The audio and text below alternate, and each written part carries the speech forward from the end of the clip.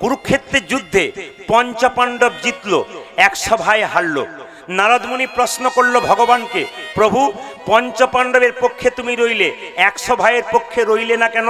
ভগবান তখন বলল, এ নারদ, আসলে যে পক্ষে অধম থাকে আমি সেই পক্ষে থাকি, যে পক্ষে উত্তম থাকে আমি সেই পক্ষে থাকি না।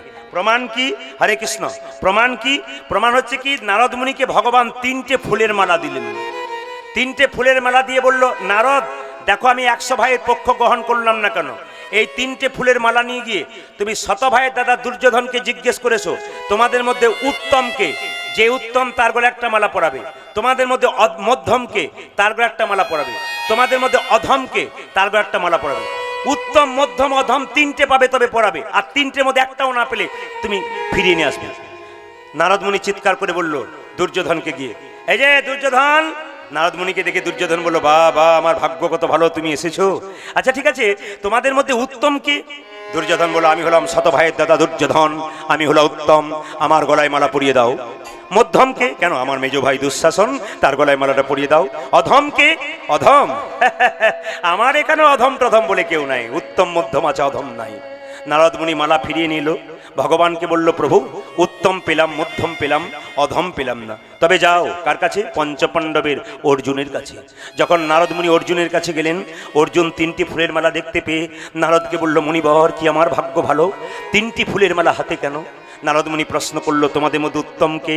সঙ্গে সঙ্গে অর্জুন বলে উঠল, উত্তম যদি হয় একমাত্র পুরুষোত্তম ভগবান কৃষ্ণ, তার ছবিটা দেওয়ালে টাঙানো আছে, তার গলায় মালাটা পরিয়ে দাও। মধ্যমকে? ওগো নারদমুনি, মধ্যম যদি হও তবে তো তুমি ভক্ত আর ভগবানের মধ্যে মিলন ঘটাও, তুমি তোলে মধ্যম। অধমকে? বলছে অধম আমি, যুগ যুগ ধরে গোবিন্দের চরণ পাবার জন্য বসে আছি, অধমের মালা যদি পরাবে আমার গলায় পরাবে। ভগবান বলল, নারদ তুমি অধম পেয়েছো? বলে হ্যাঁ, যে পক্ষে অধম থাকে সেই পক্ষে ভগবান থাকে। এই জন্য আপনাদের কাছে একটা নিবেদন রইল বাবা, যে যেখানে বসে কীর্তন শুনছেন, এত টাকা রোজগার করলেন, গাড়ি করলেন, বাড়ি করলেন, টাকা করলেন, আপনি কি নিয়ে যাবেন? না, এই টাকা রোজগার করে সমাজে আপনাকে কিছু করে দেখাতে হবে। অনেকেই প্রশ্ন করে, প্রদীপবাবু টাকা নিয়ে আপনি কি করবেন? ভবিষ্যতে আমি যে কি করব সেটা সন্ধান তো আমি কারো কাছে বলিনি। আমার ভবিষ্যতের কি মত আছে, পৃথিবীতে জন্মগ্রহণ করেছি, আপনাদের কাছে নিচ্ছি, নিয়ে এমন একটা কিছু করে দেখাতে চাই ভবিষ্যতে যেন মানুষ সেখানে আশ্রয় পেতে পারে, ভক্তগণ সেখানে গিয়ে থাকতে পারে। এই আশ্রয়ের জন্য আপনাদের কাছে আমার হাত পাতা, আপনাদের কাছে নিবেদন। আপনারা আশীর্বাদ করুন, আপনাদের দেওয়ায় অর্জিত অর্থ কষ্ট করে যে নিয়ে যাচ্ছে আমরা, আপনারা কষ্ট করে দিচ্ছেন, একদিন এরকম জিনিস একটা করতে পারি যেন অনেক ভক্তগণ সেখানে আশ্রয় নিয়ে একটু প্রসাদ পেতে পারে, একটু শান্তি পেতে পারে, একদিন দুদিন আশ্রয় নিয়ে আমার কাছে বসে থাকতে পারে। এটাই আমি চাই। এই জন্য সবাই লক্ষ্য করুন, সবাই লক্ষ্য করবেন মায়েরা, এই জগতে আমি টাকাওয়ালা লোক, আমি বড় লোক, তুমি গরিব লোক, তোমার কিছুই নাই, এ ভাবনা করবেন না। কেন বলুন তো? যখন জন্ম নিয়েছিলেন তখন খালি হাতে এসেছিলেন, যাবেন তখন খালি হাতে যাবেন, যেটুকু নিয়ে এসেছিলেন সেটুকু এইখানেই ফেলবেন। প্রমাণ কি? আমরা কলকাতায় প্রচুর গান করি, এবছর ভাইরাসের জন্য যাইনি। তো কলকাতার একটা জায়গা আছে দেখবেন, জয়নগর, যেখানে মোয়া তৈরি হয়, ওখানে একটা চায়ের দোকান আছে, খুব ভালো ভক্ত চায়ের দোকান। ওর চায়ের দোকানে কিন্তু এরা সব একবার চা পান করে। তো ওখানে চা পান করতে গিয়ে আমরা যখন দাঁড়িয়েছি তখন দেখতে পেলাম কি জানেন, একটা এসি গাড়িতে একটা কয়েকশো কোটি টাকাওয়ালার মালিক, সে মারা গেছে, তাকে এসি গাড়িতে ফুলের মালা দিয়ে চন্দন দিয়ে শ্মশানে নিয়ে আসা হলো। কিছুক্ষণ পরে দেখতে পেলাম চা খেতে খেতে আর একজন লোককে নিয়ে আসছে, সে নাকি ভিখারি, ওকে ট্রলিতে করে ছেঁড়া তালাই দিয়ে খড়ের দড়ি দিয়ে টেনে বেঁধে আনা হচ্ছে। কিন্তু সেই লোকটা এতবার করে ওই কয়েকশো কোটি টাকার মালিক তার কাছে গেছে, দরজাতে বাবু বলে ডেকেছে, সাড়া দেয় নাই। আজকে যখন দুজনে শ্মশানের চিতাতে পাশাপাশি শুয়ে আছে, তখন বলতে চাইছে দুজনকে, ভাই আসার সময় এক, যাওয়ার সময় এক, মাঝখানটাতে শুধু আমি বড় লোক আর তুমি গরিব লোক। আপনাদের কাছে নিবেদন রইল মা, কীর্তন শুনতে এসছেন, হরিধ্বনি করবেন, উলুধ্বনি করবেন, যেখানে হরিনাম হবে কীর্তনের শেষে সেখানে গড়াগড়ি যাবেন। প্রশ্ন করবেন, শাড়ি ময়লা হয়ে যাবে না? আপনি কি শাড়ি নিয়ে এসেছিলেন? আপনার স্বামীর যদি 10টা কাপড়ের দোকান থাকে, একটা কাপড় আপনাকে সেই দিন দেবে না যেদিন শ্মশানের চিতাতে আপনি শুয়ে থাকবেন। এই জন্য আপনাদের কাছে নিবেদন রইল, এই কাজগুলো আপনারা করুন, জীবন আপনাদের সুন্দর হয়ে যাবে। মহাপ্রভুর বাণী মানুন, আপনারা হরিবাসর এভাবে আনন্দ করুন, আমি সেইটাই চাই। এই দিকে তাকাবেন, মুকুন্দ সরকার কি করেছে দেখুন, যখন এরকম করে দাঁড়িয়ে আছে, ও মা, ভক্ত যদি কাই মনে কোনো বাঞ্ছা করে, ভগবানের সাধ্য নাই সেই বাঞ্ছা নাই। এতজন কীর্তন শুনতে এসছেন, আপনাদের কাছে আমার একটাই বাণী রইল, বারবার ডাকুন, বারবার ডাকুন, বারবার মনের কথা মহাপ্রভুর মন্দিরে একইবার বারবার বলুন, শুনতে বাধ্য। একটা বাড়ির ভেতরে কেউ যদি ঘুমায়, প্রচন্ড ঘুমায়, দরজায় খিলেটে বারবার ধাক্কা দিতে দিতে সে এক সময় জাগবে। হৃদয় মন্দিরে ভগবান আছে, বারবার ডাকতে ডাকতে সে একবার কিন্তু আপনার কাছে আসবে। ওই যে নিবেদন হলো, মুকুন্দ সরকার যখন এরকম করে দাঁড়িয়েছে, মহাপ্রভু শ্রীবাসকে বলছে, শ্রীবাস, দু ভাই আমাকে দেখতে এসেছে, একবার চলো সুরধ্বনি পাঠ দিয়ে হরিনাম গাইতে গাইতে ওদের দুজনকে দর্শন দিয়ে আসি, ওরা তো দর্শন পাওয়ার জন্য এসেছে।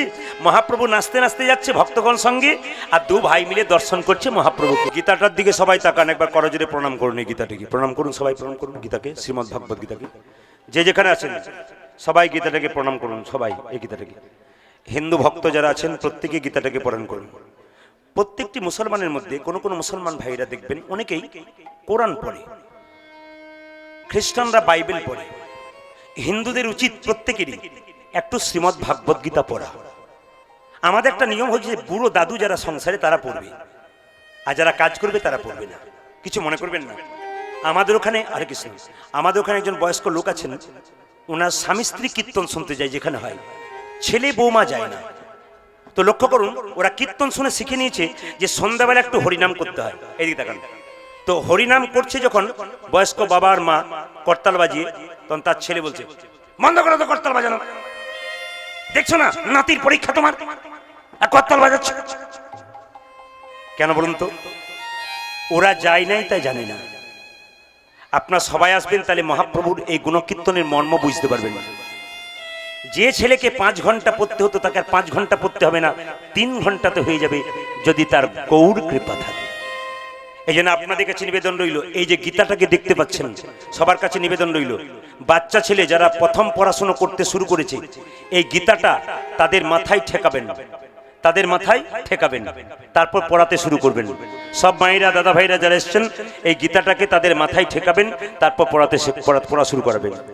আর যে ছেলেরা পড়াশোনা করতে শিখে গেছে, তাকে প্রত্যেক দিন পড়ার আগে বা স্নান করার পর বাড়ির মায়েদের একটা কর্তব্য হবে, কি না, গীতাটাকে অন্তত 2-1টা করে শ্লোক কিংবা 2-4 লাইন গীতার শ্লোক একটু পড়তে বলবেন, তারপর পড়াশোনা শুরু করতে বলবেন। কেন?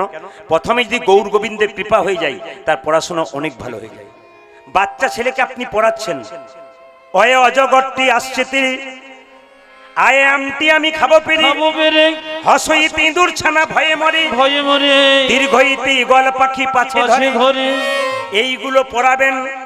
এগুলো পড়লে স্কুলে পরীক্ষা দিলে চাকরি পাবার সুযোগ পাবে, কিন্তু মানুষ হবে না।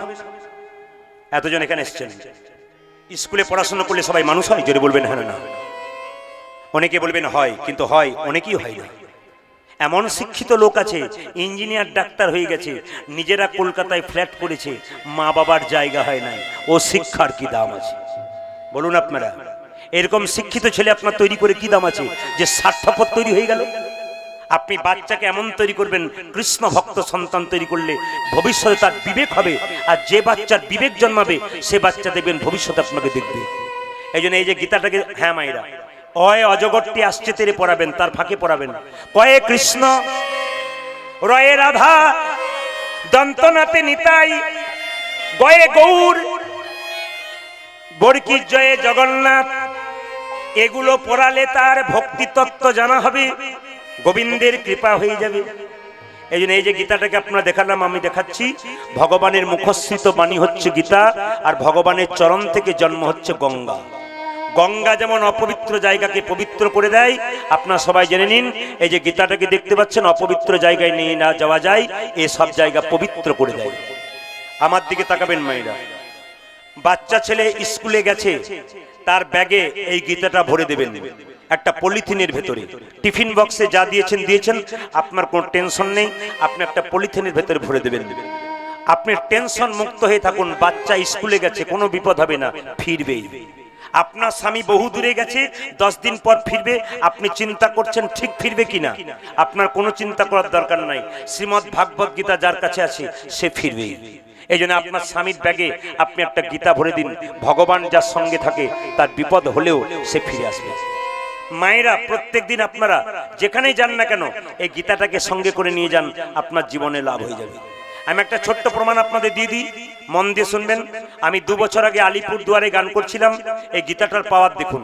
আমি আলিপুরদুয়ারে গান করছিলাম, আপনাদের মতো অগণিত ভক্ত গান শুনছে। কমিটির ছেলেরা বলল, দাদা ভাই, বলে কি, এই গীতা আমরা 5000 দিলাম, এই 5000 গীতা একটু হরিবাসরে দান করে দেবেন।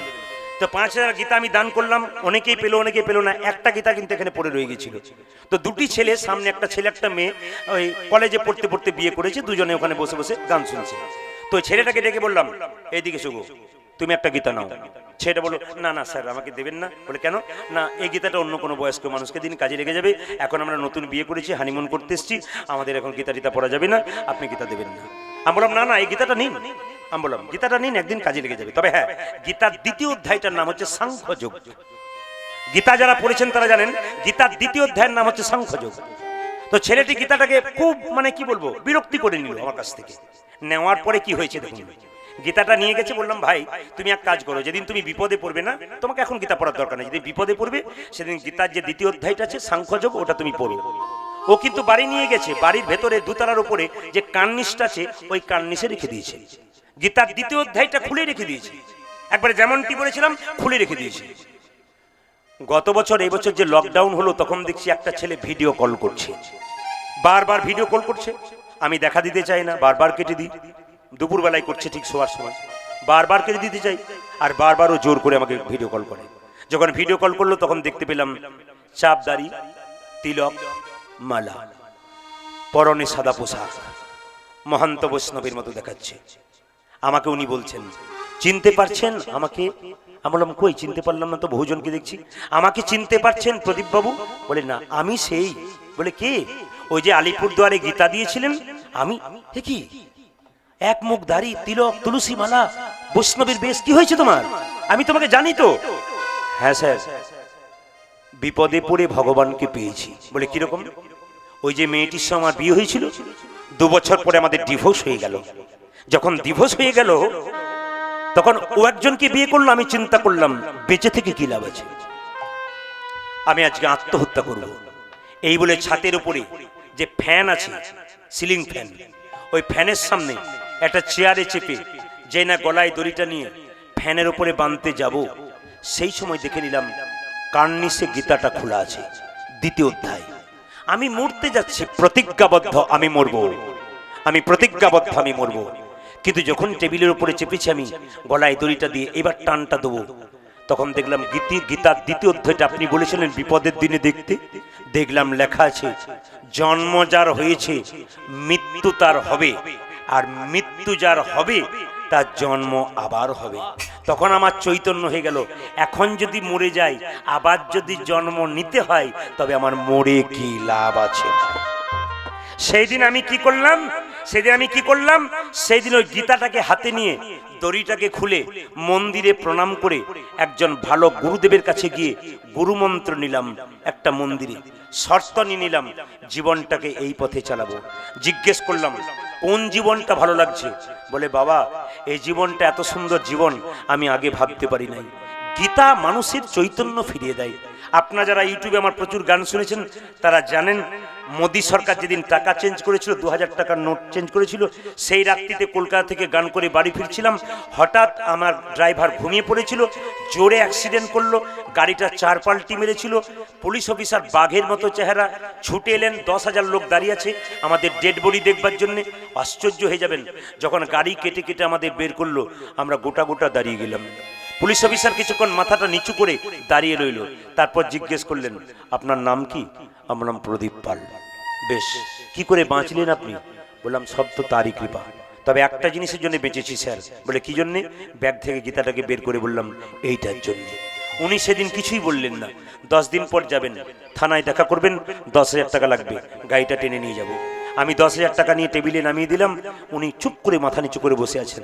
কিছুক্ষণ পর বলছেন, প্রদীপবাবু, আমি তো টাকা নেবো না। বলে, কি নেবেন আপনি? আমি এমন একটা জিনিস নেবো যেটা আপনি দিতে পারবেন। বলে, কি? সেদিন গাড়িতে অ্যাক্সিডেন্টে দিতে বেঁচে গেছিলেন, সেই গীতাটা আপনার কাছে আছে? বলে, হ্যাঁ আছে। ওইটা আমাকে দিন। কি করবেন আপনি? সারা জীবন তো চোর ডাকাত নিয়ে কারবার করলাম, ভগবান কি আমি জানতে পারতাম না। আজকে আমি জেনে গেলাম যে এটার কি পাওয়ার আছে। এবার আর 4 বছর চাকরি আছে, বাড়িতে গিয়ে শ্রীমদ ভাগবত গীতাকে নিয়ে হরে কৃষ্ণ মহামন্ত্র বলে আমার সারা জীবনটা আমি কাটিয়ে দেব। বাবা, যতক্ষণ না মানুষের চৈতন্য হয় ততক্ষণ চেতনা হয় না। ওই জন্য প্রত্যেকটা জীবের একটা চৈতন্যের দরকার আছে। মায়েরা, মুকুন্দ সরকার কি করছে দেখুন, বাড়ি ফিরে এলো। মুকুন্দ সরকার বাড়ি ফিরে এলো, আর বাড়ি ফিরে এলে কি কেউ করলো না, গোপীনাথের মন্দিরে গোবিন্দের ভজনা করছে। কিভাবে ভজনা করছে দেখুন। লজ্জা দেব না কাউকে, খারাপ কথা বলবো না, মন দিয়ে শুনবেন কথাগুলো। প্রত্যেকটি হিন্দু চিনবার একটি মাত্র উপায় তিলক আর তুলসী মালা। আচ্ছা, আমি যদি কাউকে বলি কাল থেকে তিলক তুলসী মালা করতে পারবেন তো, অনেকের মনের মধ্যে ইচ্ছা জাগে, হ্যাঁ পারবো। কিন্তু অনেকে বলে, দাদা আপনি তো বলছেন পারবেন, তো আমরা পারবো, কিন্তু আমার পাশের বাড়ির লোকটা বলবে, বাবারে কত বড় ভক্ত হয়ে গেল রে, এই জন্য আমরা পারি না। পাছে লোকে কিছু বলে, হরে কৃষ্ণ, পাছে লোকে কিছু বলে, এইদিকে তাকাবেন না কেন? হাতি চলে বাজার, কুত্তা ভুকে হাজার। হাতি রাস্তা দিয়ে যায়, কুকুর ঘেউ ঘেউ করে, তার জন্য হাতি কি কুকুরের দিকে তাকায়? জোরে বলুন হ্যাঁ না না তাকায়।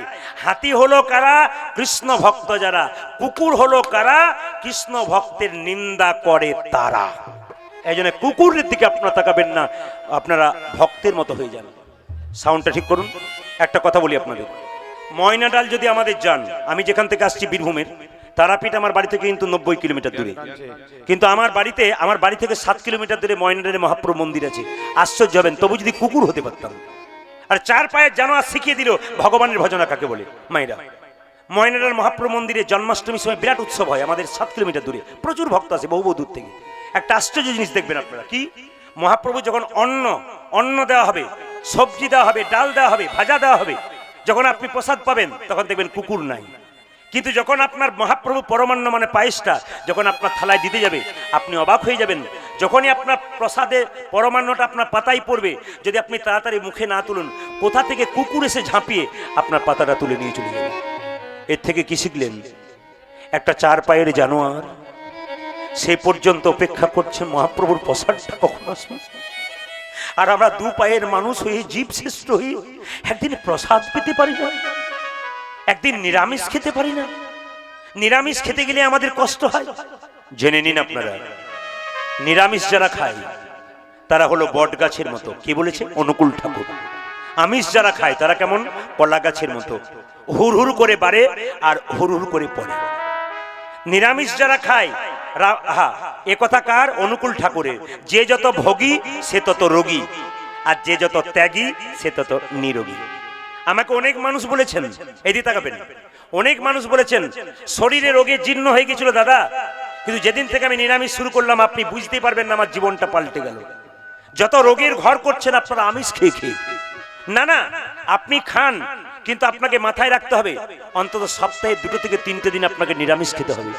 বৃহস্পতিবার দিন নিরামিষ করুন, একাদশীর দিন বাড়িতে একাদশী করতে না পারলে আপনারা সেদিন নিরামিষ করুন, দেখবেন নিরামিষ খেলে আপনার জীবন সুন্দর হয়ে যাবে। আচ্ছা মায়েরা, যারা মাংস খায় তাদের দাঁত দেখবেন সামনেটা বড় বড় হয়, হয় না বাবা? দেখবেন বাঘ মাংস খায়, বাঘের সামনের দাঁতগুলো কেমন? লম্বা। জোরে বলুন। কুকুর মাংস খায়, সামনের দাঁতগুলো কেমন? জোরে বলুন। লম্বা। মানুষ মাংস খায়, সামনের দাঁতগুলো কেমন? 2-4 জন দেখছে আমি খাই, তাহলে আমার বড় বড় হয়েছে দেখছে। না না, এভাবে দেখবেন না, জেনে নিন। এদিকে তাকাবেন, আমিষ যারা খায় কলা গাছের মতো হুর হুর করে বাড়ে, হুর হুর করে মরে। আপনাদের কাছে নিবেদন রইল মা, সবচেয়ে দুঃখের ব্যাপার এটাই, আমার পাশের বাড়িতে একটি মেয়ে 23 বছর বয়স, তার একটি সন্তান হয়েছে মাত্র 2 বছর বয়স। সেই সন্তানটাকে সে প্রথম থেকে নিরামিষ খাওয়ায়। তো আমাদের পাশের বাড়ি মেয়েগুলো কি বলে জানেন? দিদি এখন থেকে ছেলেটাকে নিরামিষ খাওয়াচ্ছ, দেখবে দুর্বল হয়ে যাবে, তখন বুঝবে মজা। আবার 2-4 জন বলতে শুরু করেছে, দেখবে সাধু বাবা হয়ে পালিয়ে যাবে, তখন বুঝবে মজা। মেয়েটি কি সুন্দর উত্তর দিল দেখুন। মেয়েটা বলছে, দিদি ছেলেটা আমার না তোমার, ছেলেটা আমার না তোমার, আমার ছেলেকে আমি কি খাওয়াবো, তার জন্য আপনারা তো ব্যথা কিসের?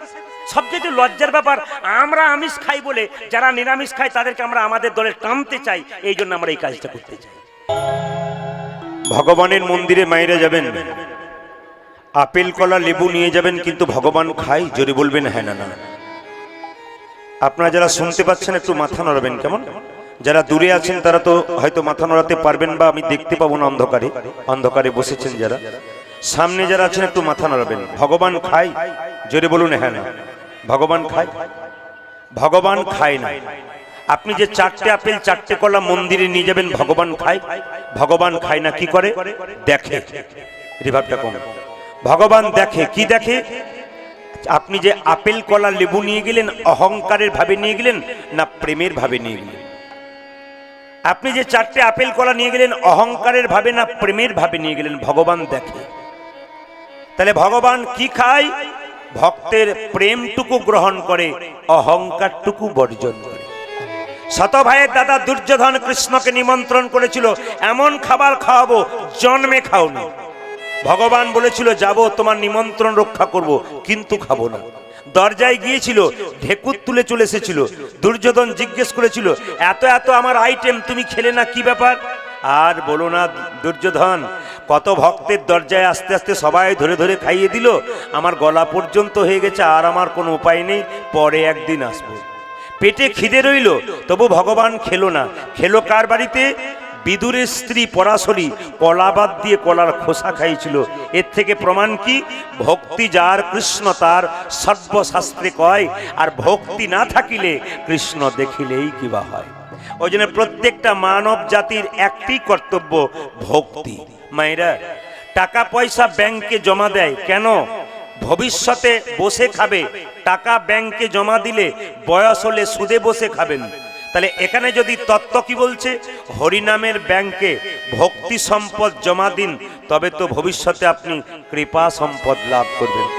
আপনি ভক্তি সম্পদ জমা দেবেন না তো কৃপা সম্পদ পাবেন কি করে? তবে হ্যাঁ, যদি আপনার কাছে আপেল কলা লেবু কিচ্ছু না থাকে, আপনি 3টে জিনিস দেবেন। কি? ভক্তি চন্দন দেবেন, মন তুলসী দেবেন, আর যদি গঙ্গা জল থাকে ভালো, না থাকলে চোখের জল দেবেন। এই 3টি জিনিস ভগবানের খুব প্রিয়। কেউ যদি দিতে পেরেছে, ভগবান তার হয়ে গেছে। আমরা সেরকম করে দিতে পারিনি বলে ভগবান আমাদের হতে পারে না। একটা বাচ্চা ছেলে যখন হাঁটতে পারে না, তার বাবা তখন বলে 2 পা এগিয়ে আয়, আমি তোর দিকে 4 পা এগিয়ে যাব। বাচ্চা টলতে টলতে পর্ব হয়ে যায়, বাবা গিয়ে তাড়াতাড়ি কোলে নেয়। তত্ত্ব বলছে আমরা 2 পা যদি ভগবানের দিকে এগিয়ে যাই, ভগবান আমাদের দিকে 4 পা এগিয়ে আসবে। একটু তত্ত্বের কথা শুনে রাখুন। স্বয়ং মহাপ্রভু রাধাকৃষ্ণ মিলিত তনু গৌর হয়ে নবদ্বীপে এলো কেন? এই তত্ত্বটা জানতে হবে। একদিন নিধুবনে, বৃন্দাবনে যদি কেউ যান, নিধুবনটা কিন্তু খুব দামি জায়গা। ওখানে দেখবেন রাত্রিবেলায় কেউ থাকতে পারে না। বৃন্দাবনে নিধুবনে গেলে দেখবেন রাত্রিবেলায় আপনি যদি সাহস করে রাত্রিতে থাকেন, তবে আপনি বোবা হয়ে যাবেন, না হয় অসুস্থ হয়ে যাবেন, না হয় আপনি মারা যাবেন। কেন? নিধুবনে এখনো নিত্য লীলা রাধাকৃষ্ণের হয়। খুব ভয়ঙ্কর জায়গা। দিনের বেলায় ভালো, কিন্তু রাত্রিবেলায় সবাই থাকতে পারে না। সেই নিধুবনে একদিন অমাবস্যা রাত্রিতে রাধা গোবিন্দ শয়নে আছেন। রাধারানী গোবিন্দের চরণ সেবা করতে করতে বলছে, বধূ আমি একটা স্বপ্ন দেখলাম। বলে কি স্বপ্ন দেখলে? দেখলাম নবদ্বীপের মাটিতে একটা সোনার ঠাকুর ভেসে ভেসে বেড়াচ্ছে। এই স্বপ্ন কেন দেখলাম? ভগবান বলছে, রাধে তুমি ভুল স্বপ্ন দেখনি, তুমি ঠিকই দেখেছো। বলে কেন?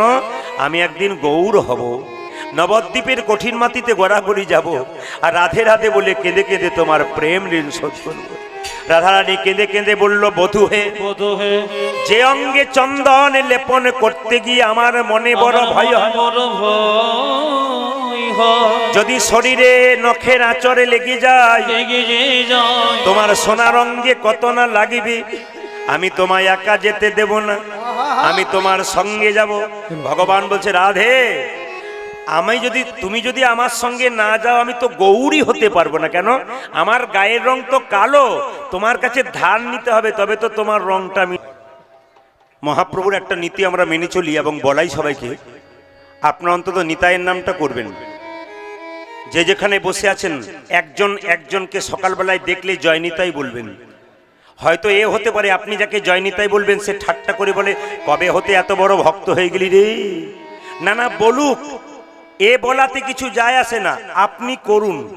যদি আপনার দ্বারা কেউ উদ্ধার হয় তো হয়ে যেতে পারে। এই জন্য মহাপ্রভু বলেছেন কীর্তন, এদিকে মহাপ্রভু বলেছেন কীর্তন করবে, কিন্তু জোরে জোরে করবে। মায়েরা, আস্তে আস্তে বললে তো হয়, জোরে কেন বলবেন? জোরে বলবেন এই জন্যে, আপনি জোরে বললে আপনার শোনাতে যদি আরো 2-4 জন শুনে নেয়, তবে তার উপকার হবে। কীট পতঙ্গ পশু পাখি তারা তো আর বলতে পারে না। এই জন্য আপনি জোরে নিতাই গৌর হরিবোল বলেন, ওদের কানে প্রবেশ করলে আপনার ফল লাভ হয়ে যাবে। এই জন্য কাল থেকে একজন একজনকে দেখলে কি বলবেন? জোরে বলুন না, একসঙ্গে বলবেন। কি বলবেন? হাত তুলে বলবেন, কি বলবেন? পেছনের যারা বসে আছে তারা মনে মনে ভাবছে বাঁচলাম। কেন বলুন তো? ভাগ্যে পেছনে বসছি, দেখতে সব পাচ্ছে না, আর সামনে যারা বসছে তারা বিপদে পড়েছে। অপরাধ নেবেন না, এইদিকে তাকান, এইদিকে তাকান, এইদিকে তাকান, মজা আছে কীর্তনে। আগেকার ময়রার মিষ্টির দোকানে আলমারি শোকেস ছিল? জোরে বলুন, শোকেস ছিল? জোরে বলুন হ্যাঁ না না। তখন দেখবেন মাছিগুলো ভন ভন করে মিষ্টির উপরে বসতো। এখন যেভাবে শোকেস হয়েছে আর মাছি ঢুকতে পায়? জোরে বলুন, ঢুকতে পায় না। তো শোকেসগুলো সুন্দর সাজানো আছে, তার ভেতরে মিষ্টি আছে, মাছিগুলো বলা বলি করছে, ভাগ্য দিনের পর দিন খারাপ হচ্ছে। ওরা মিটিং করছে কি করে মিষ্টি খাওয়া যায়। একজন প্রবীণ মাছি, মানে বয়স্ক মাছি, সে কি বলল দেখুন, বুদ্ধি খাটালেই খাওয়া যায়। বলে কি রকম? তখন প্রবীণ মাছিটা বলছে, ময়রার দোকানে যখন খরিদ্দার আসবে তখন দেখবি ও কাঁচটা একবার খুলবে, আর যখন খুলবে তখন হাঁ হাঁ করে ঢুকে যাবি আমাদের সাথে। এখন যখন ঢুকে যাবি তখন বেশ কিছু খেয়ে আবার বেরিয়ে যাবি। যারা চালাক পাটি তারা কি করে বলুন তো? তারা মনে মনে ভাবে গামলাটার চারিদিকে বসি, সময় কম, পালাবার সুযোগ আছে। আর যারা একটু মানে মনে মনে ভাবে কম সময়ে বেশি রস আস্বাদন করবো, তারা মাঝখানেই বসে যায়, তাদের অবস্থা খারাপ। এই যে চালাক পাটি যারা হয় তারা ধারে ধারে বসে, চালাক যারা হয় তারা শেষে বসে, সময় মতো পালাবার সুযোগ। আপনাদের বলি নাই কিন্তু, আপনার জায়গা পান নাই বলে এই ঘটনা ঘটেছে আর কি। কিন্তু আপনাদের কাউকে বলি না, আপনারা তো কষ্ট করে দাঁড়িয়ে আছেন, আপনাদের চরণে কোটি কোটি প্রণাম। কিন্তু যারা দেখবেন রসগোল্লার মাঝে ভিজে যায়, তাদের ডানা লটপট করে। যে রসগোল্লাটা ব্রাহ্মণ ঠাকুর ভগবানের পুজোর জন্য কিনে নিয়ে যায়, ওই রসগোল্লার সঙ্গে ওই মাছিটাকেও চালিয়ে দেয়। ওই জন্য ভক্ত মাছি যারা এই হরিনাম রসে ডুবে আছেন, তারা তো এই রসে ডুবতে ডুবতে একদিন ভগবান শ্রীকৃষ্ণের কৃপা নিতাই গৌর। এই জন্য যারা বসে আছেন একবারে এঁটে সেটে বসবেন, আজকে ভগবানকে দিয়ে যাবেন। কাল সকাল থেকে একজন একজনকে দেখলে কি বলবেন? জোরে বলুন না। যে পরিমাণ ভক্ত হয়েছে তাদের তো মনে হচ্ছে 10-12টা গ্রামের লোক শুনতে পাবে আপনাদের জয়নিতাই। জোরে বলুন। যাক, কাল থেকে বলুন আর না বলুন, আজ তো বলি দিলাম, তারপর যা হলো হলো। না না, জয়নিতাই আপনারা বলবেন। লক্ষ্য করুন, মহাপ্রভু একটা সুন্দর কথা বলেছেন, 10-5 সবে মিলে দাঁড়েতে বসিয়া কীর্তন করহ সবে হাতে তালি দিয়া। আজকে যদি মহাপ্রভুর জন্মোৎসব তিথিতে আমরা এই কথাটা অবশ্যই মানব। আজকে যে তালি দেবে না সে মহা অপরাধের ভাগী হবে। যদি অনেকে তালি দিতে, অপরাধ নেবেন না, মাস্টারমশাই রয়েছেন। আমাদের শিক্ষিত সমাজে কিছু লোক আছে দেখবেন প্রেস্টিজ পাংচার হয়ে যাবে না তালি দিলে, খুব সম্মান দেখবেন। আমি দেখেছি আমার এলাকাতে একটা স্কুলে 15 জন শিক্ষক আছে, তার মধ্যে 4 জন মুসলিম শিক্ষক আছে। শুক্রবার দিন 2টো পিরিয়ড কামাই করে তারা পাশের গ্রামে মসজিদে নামাজ পড়ে তারপর সেই ক্লাসটাকে মেকআপ করে দেয়। আর কিছু কিছু আমাদের ওখানে হিন্দু শিক্ষক আছে যারা দেখবেন ভ্যাল ভ্যাল করে তাকায়, ওরা কি করছে আর আমরা কি করছি। না না, সবাই নয়, কিছু কিছু মানুষ আছে। আমার নিবেদন হলো নিজের ধর্মটাকে ঠিক জায়গায় রাখুন। মনমোহন সিং প্রধানমন্ত্রী ছিলেন, ধর্মটাকে ছেড়েছিলেন? পাগড়ি ছেড়েছিলেন? জোরে বলুন হ্যাঁ না। ছেড়েছিলেন। ওটা ওর মা শিখিয়েছে, বাবা শিখিয়েছে, এটাকে রাখতে হয়। ও কিন্তু ঠিক জায়গায় রেখেছে। এত বড় প্রধানমন্ত্রী সেটি শিখিয়ে দিতে পারে যে আমার পাগড়িটার দিকে তাকাও, এটা আমার জন্মগত অধিকার। আপনার ধর্মটা জন্মগত অধিকার। সবচাইতে লজ্জার ব্যাপার, বাচ্চার জন্মদিন যেদিন পালন হয় বেলুন ফোলাই, কেক কাটি, মোমবাতি জ্বালাই, কত লোককে খাওয়াই। মহাপ্রভুর কোন দিন জন্মদিন এইটা আমরা জানতে পারি না। এর চাইতে লজ্জার আমার কি হতে পারে? আপনার ছেলেকে জিজ্ঞেস করবেন মহাপ্রভুর জন্মদিন কবে, বলবো অত জানি না। বাবাও জানে না, ছেলেও জানে না। কেন বলুন তো? বাবা জানবে তবে তো ছেলে জানবে নাকি? আপনি না জানলে আপনার ছেলেকে জানাবেন কি করে? সবচাইতে লজ্জার ব্যাপার, এদিকে তাকাবেন। আপনার যে বাচ্চাদের জন্মোৎসব পালন করেন সেই সময় দেখবেন কেক কাটেন, একটি মোমবাতি জ্বালান, আবার নিভিয়ে দিন। আচ্ছা বলুন তো, এতজন কীর্তন শুনতে এসছেন, 18-20 হাজার ভক্ত, একজন দাঁড়িয়ে হাত তুলে বলতে পারবেন মোমবাতিটা জ্বালিয়ে নিভিয়ে দেওয়া হয় কেন? আর বলবেন না পাশের বাড়ি সব করেছে ওইগুলো দেখে আমরাও করি আর কি। আমরা খালি করেই গেলাম নকল, আসল বুদ্ধিটা করতে পারলাম না। ভারতবর্ষ স্বাধীন হবার আগে রবিবার দিন ছুটি ঘোষণা করেছিল কারা? ইংরেজরা। সেই রবিবার এখনো ভারতবর্ষে ছুটি আছে। ওরা কি জন্য রবিবার ছুটি ঘোষণা করেছিল? চার্চ গির্জাতে যাবার জন্য। আমাদের হিন্দুদের এমন একটা দিন আছে, হাত তুলে বলুন তো, সেই নির্দিষ্ট দিনে কোনো হিন্দু মন্দিরে যায়? মুসলিমদের শুক্রবার দিন আছে, মসজিদে নামাজ পড়বেই। খ্রিস্টানদের একটা নির্দিষ্ট দিন আছে, হিন্দুদের কি নির্দিষ্ট দিন আছে? মন্দিরে যাই। সরকারি কাজ যারা আমরা করি, রবিবার দিন ছুটি থাকে, সেদিন কি করি? কেউ কেউ দেখবেন বাড়ির সারা সপ্তাহের কাজ ছেড়ে নেয়, কেউ কেউ আবার শ্বশুর বাড়ি থেকে ঘুরে আসে। না না না, এইটাই হয় আর কি। কিন্তু আমরা আসলে জানতে পারি না রবিবার দিনটা কেন ছুটি ঘোষণা হয়েছে। এগুলো আমাদের জানতে হবে। এগুলো না জানলে মহাপ্রভুকে সম্মান জানানো হবে না। তিনি অকাতরে যে নাম বিলিয়ে দিলেন, কিসের অভাব ছিল তার? এত কাঙালে বেশে পাগলের মতো আপনার দরজায় দরজায় গিয়ে মহামন্ত্র হরিনামের ধ্বনি দিয়ে কৃষ্ণ প্রেমের বীজ রোপণ করবার জন্য আপনার দরজায় এলো, তাকে সম্মান দিতে পারবেন আপনারা? সবাই মিলে সম্মান দেবেন। সবচাইতে লজ্জার ব্যাপার, এদিকে তাকাবেন, আমাদের বাচ্চাদের জন্মদিনের সময় আপনারা কেউ কেক কাটবেন না। না না বলবেন আমরা তো বিদেশি সভ্যতাকে আক্রমণ করেছি, কিন্তু জেনে রাখুন, আমেরিকার লোক, আমেরিকার ছেলেরা দেখবেন জপমালা হাতে নিয়ে মায়াপুর নবদ্বীপে মহাপ্রভুর মন্দিরে সে ঘোরাঘুরি যাচ্ছে। আর ভারতবর্ষের কোনো ছেলে কম্পিউটার ইঞ্জিনিয়ারিং করে আমেরিকায় যাচ্ছে টাকা রোজগার করতে। আর আমেরিকা থেকে ওই ছেলেগুলো এসে জপমালা হাতে নিয়ে গৌর গৌর বলে কাঁদছে। আমাদের ভারতবর্ষের মাটিতে স্বয়ং ভগবানের জন্ম, সেই গৌরকে আমরা হারাতে বসেছি। আর বিদেশের লোক তিলকমালা নিয়ে সেই গৌরকে কিনে নিয়ে যাচ্ছে। আমাদের মতো হতভাগা আর কতজন আছে? ভাগ্য সবার ভালো হয় না, প্রভুর কৃপার হয়। একবার দেয়, তিনি দিয়েছেন কৃপা করে, তার মান আপনার রক্ষা করবেন। তাই সবাই মিলে 10-5 সবে মিলে দাঁড়েতে বসিয়া কীর্তন করহ সবে হাতে তালি দিয়া। আর একটা কথা আপনাদের বলে দিয়ে যাই, আজকে মহাপ্রভুর জন্মতিথিতে একটা মহাপ্রভুর ভক্তের কথা বলবো। এই ভক্তের কথা আপনারা ইউটিউবে প্রচুর শুনেছেন, আজকে তত্ত্বের দ্বারা ছোট ছোট করে আজকে বুঝিয়ে দেব। আপনারা সবাই মন দিয়ে শ্রবণ করবেন। এই মহাপ্রভুর ছোট্ট একটি ভক্তের কথা আপনারা ইউটিউবে শুনেছেন। যদি শ্রীখণ্ডে কেউ যান, গোপীনাথের মন্দির আছে বর্ধমান জেলার শ্রীখণ্ড, ওখানে দেখবেন গোপীনাথের হাতে অর্ধেকটা পাথরের নাড়ু আছে। ওই নাড়ুটা অর্ধেকটা পাথরের হলো কেন, তারই তত্ত্ব কথা জানবেন। ছোট্ট রঘুনন্দন 5 বছর বয়সে ভগবানকে নাড়ু খাওয়ালো। আপনার বাড়ির বাচ্চাটা কি করে কৃষ্ণ ভক্ত হতে পারে, আপনি এখান থেকে জেনে যাবেন। তবে কীর্তনের শেষে হরে কৃষ্ণ কমিটির দাদা ভাইরা অনেক বাতাসার ব্যবস্থা করেছেন, কিন্তু সেই বাতাসা ব্যবস্থা করেছেন তো নাকি কত, প্রায় 25 কেজি ব্যবস্থা করেছেন। তবে বলে রাখি, 25 কেজি বাতাসাতে এই ভক্তের হবে না। তবে আপনাদের একটু বলে দিয়ে যাই, খুব ছোট্ট করে শুনে রাখুন। কীর্তন আমরা করি তো বহু প্রশ্নের সম্মুখীন হতে হয়। অনেকে প্রশ্ন করে, প্রদীপবাবু এই যে বাতাসার কথাটা আপনি বলেন কোথায় পাবো? যেখানে লীলা হয় সেখানে পাবেন, শ্রীখণ্ড যাওয়া তো সবার সম্ভব নয়, আপনি এখান থেকেই পাবেন। তবে হ্যাঁ, যারা দূরে আছেন তাড়াতাড়ি এখানে আসবেন। ভক্তের ঢল আসবে, চাপ পড়বে, ক্ষতি হতে পারে। তবে আপনাদের এখানে আসার দরকার নাই, বাতাসা নেবার কোনো দরকার নেই।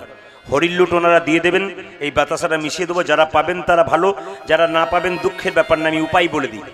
আজকে আপনি বাড়ি যাবেন বুধবার দিন, মাথায় রাখবেন, কি বললাম, বুধবার দিন 1 কেজি বাতাসা কিনবেন। ভালো করে শুনবেন, 1 কেজি বাতাসা কিনবেন। সন্ধ্যাবেলায় হরি মন্দিরে মানে তুলসী মন্দিরে হরিল্লুট দিয়ে দেবেন। পাড়ার বাচ্চাদেরকে প্রসাদ দেবেন। 500-700 মতো বাতাসা বাড়িতে রেখে দেবেন। সেই বাতাসা আপনার বাড়ির বাচ্চা যদি খুব চঞ্চল হয়, দেখবেন এই সংসারে প্রায়ই বাচ্চা খুব চঞ্চল, মায়েরা বলে না বাচ্চাকে নিয়ে খুব জ্বলে যাচ্ছি গো, খুব চঞ্চল। আপনার কাজ করবেন, ওই বাতাসা প্রসাদটা বৃহস্পতিবার দিন, রঘুনন্দনের জন্ম হয়েছিল বৃহস্পতিবার দিন, ওই জন্য বৃহস্পতিবার দিন আপনারা ওই বাতাসা প্রসাদটা তুলসী পাতা দিয়ে একটুখানি, এইটুকু সামান্য চিমটি কেটে জয় গোপীনাথ বলে সকালবেলায় স্নান করিয়ে, মা ভক্তি ভরে ভালো কাপড় পরে স্নান করে বাচ্চাকে তুলসী মন্দিরে স্নান করে বসিয়ে 1 ঘটি করে জল তুলসী মন্দিরে দিয়ে, তারপর বাচ্চার মুখে 3 বার কপালে ঠেকাবেন তুলসী পাতা দিয়ে, জয় গোপীনাথ জয় গোপীনাথ জয় গোপীনাথ নিয়ে বাচ্চার মুখে দেবেন। প্রত্যেক বৃহস্পতিবার দিন 1 বছর দিন বাচ্চা চঞ্চল থেকে স্থির হয়ে যাবে, বাচ্চা কৃষ্ণ ভক্ত হবে। কোন মা না চায় যে আমার ছেলে কৃষ্ণ ভক্ত হয়? কোনো মাই চায় না যে আমার ছেলে চোর ডাকাত হয়। হ্যাঁ, আরেকটা ভালো শান্তির ব্যাপার আছে। দেখবেন এখনকার সংসারে গাড়ি বাড়ি টাকা পয়সা ধন দৌলত সব আছে, একটা জিনিস নাই, কি বলুন তো, শান্তি নাই। বাড়িতে শান্তির অভাব। শান্তির জন্য মানুষ কত কিছু করছে, কিন্তু শান্তি পাচ্ছে না। স্বয়ং মহাপ্রভুর এই ভক্তের একটু ছোট্ট মানে বাতাসা, আপনারা কাজ করবেন তুলসী মন্দিরে। আমি এই বাতাসাটা নিতে হবে তা নয়, বাড়িতে হরিলুট দিয়ে যে বাতাসা আছে সেই বাতাসাটা আপনি কি করবেন না, তুলসী মন্দিরে বৃহস্পতিবার দিন গুঁড়ি করে তুলসী মন্দিরে গাছের নিচে ভেঙে দেবেন। প্রত্যেক দিন 1 ঘটি করে জল তুলসী মন্দিরে দেবেন। দেখবেন 365 দিনের মধ্যে আস্তে আস্তে বাড়িতে শান্তি শৃঙ্খলা প্রতিষ্ঠিত হচ্ছে। তবে হ্যাঁ, আপনারা একা তুলসী গাছে জল দেবেন না, মায়েরা ধর্ম করবে তা নয়, বাবাদেরকেও করতে হবে। পরিবারের প্রত্যেকটা মানুষের একটা কর্তব্য আছে, স্নান করার পরেই খেয়ে নিতে হয় তা নয়, ঠাকুর মন্দিরে প্রণাম করতে হয়, একটু তুলসী গাছে জল দিতে হয়। প্রত্যেক জন কাল থেকে স্নান করার পর এটা আপনার ডিউটি থাকবে যে আমি স্নান করার পর তুলসী গাছে জল দেবো, তবে আমি খাবো। এই শর্ত যদি আপনি করতে পারেন তবে জীবন সুন্দর হবে। আর যদি বলবেন প্রদীপ বাবু বলেছেন ভুলে গেলাম দরকার নেই, আপনার জীবন সুন্দর হবে না। আপনি 1 মাস করে দেখুন, তারপর আমি আপনাকে আমাকে ফোন করে বলবেন প্রদীপ বাবু ভুল বললেন। 1 মাস আপনি তুলসী গাছে জল দিয়ে দিন, যে কোনো দাদা ভাই, যে কোনো বাচ্চা, আপনি 1 মাস পরে দেখবেন আপনার কি পরিবর্তন হচ্ছে, আপনার বাড়িতে কি পরিবর্তন হচ্ছে, শুধু করে দেখুন। আর তৃতীয় হচ্ছে কি, বাড়িতে কোনো অসুস্থ ব্যক্তি খুব কষ্ট পাচ্ছে, আপনি সেই বাতাসা তুলসী পত্র দিয়ে জয় গোপীনাথ বলে তার মুখে দিন প্রত্যেক বৃহস্পতিবার, অনেকটা কষ্ট রেহাই হয়। আসুন আজকে যে ঘটনাটা বলবো আপনাদের, আজকের ঘটনা হচ্ছে বর্ধমান জেলার শিখণ্ড গ্রাম। বড় ভাইয়ের নাম মুকুন্দ সরকার আর ছোট ভাইয়ের নাম নরহরি সরকার। ও মায়েরা, বড় ভাই চিকিৎসা করে, কবিরাজি চিকিৎসা, আর ছোট ভাই নরহরি তার সঙ্গে কম্পাউন্ডারি করে। একদিন ছোট ভাই বড় ভাইকে বলছে, দাদা চলো সেবাসঙ্গনে মহাপ্রভুকে দেখতে যাবে। তখন বড় ভাই বলছে, তোর মাথা খারাপ হয়ে গেছে? বলে কেন? তখন তো ট্রেন বাসে যোগাযোগ ছিল না মা, তখন হেঁটেই যেতে হতো। দাদা বলছে, এত রাস্তা হেঁটে যাবি কি করে? ছোট ভাই বলছে, দাদা আমি সাধুগুরু বৈষ্ণবের মুখে শুনেছি অনেক রাস্তা যদি হেঁটে যাওয়া যায় আর কৃষ্ণ নাম করতে করতে চলে যাওয়া যায়, রাস্তা নাকি খাটো হয়ে যায়। আপনারা অনেকটা রাস্তা হাঁটছেন, আপনার জীবনটা বোর হয়ে যাচ্ছে, মনে হচ্ছে কেন হাঁটছি। না না, আপনি সে ভাববেন না, হরে কৃষ্ণ নাম গুনগুন করে গাইতে গাইতে চলে যান, আপনার রাস্তা খাটো হয়ে যাবে। এটাই তো তত্ত্ব। তাই প্রেম সে সবাই মিলে একবার চলুন। মুকুন্দ আর নরহরি 2 ভাই মিলে হাঁটতে হাঁটতে শ্রীখণ্ড থেকে চলল কোথায়?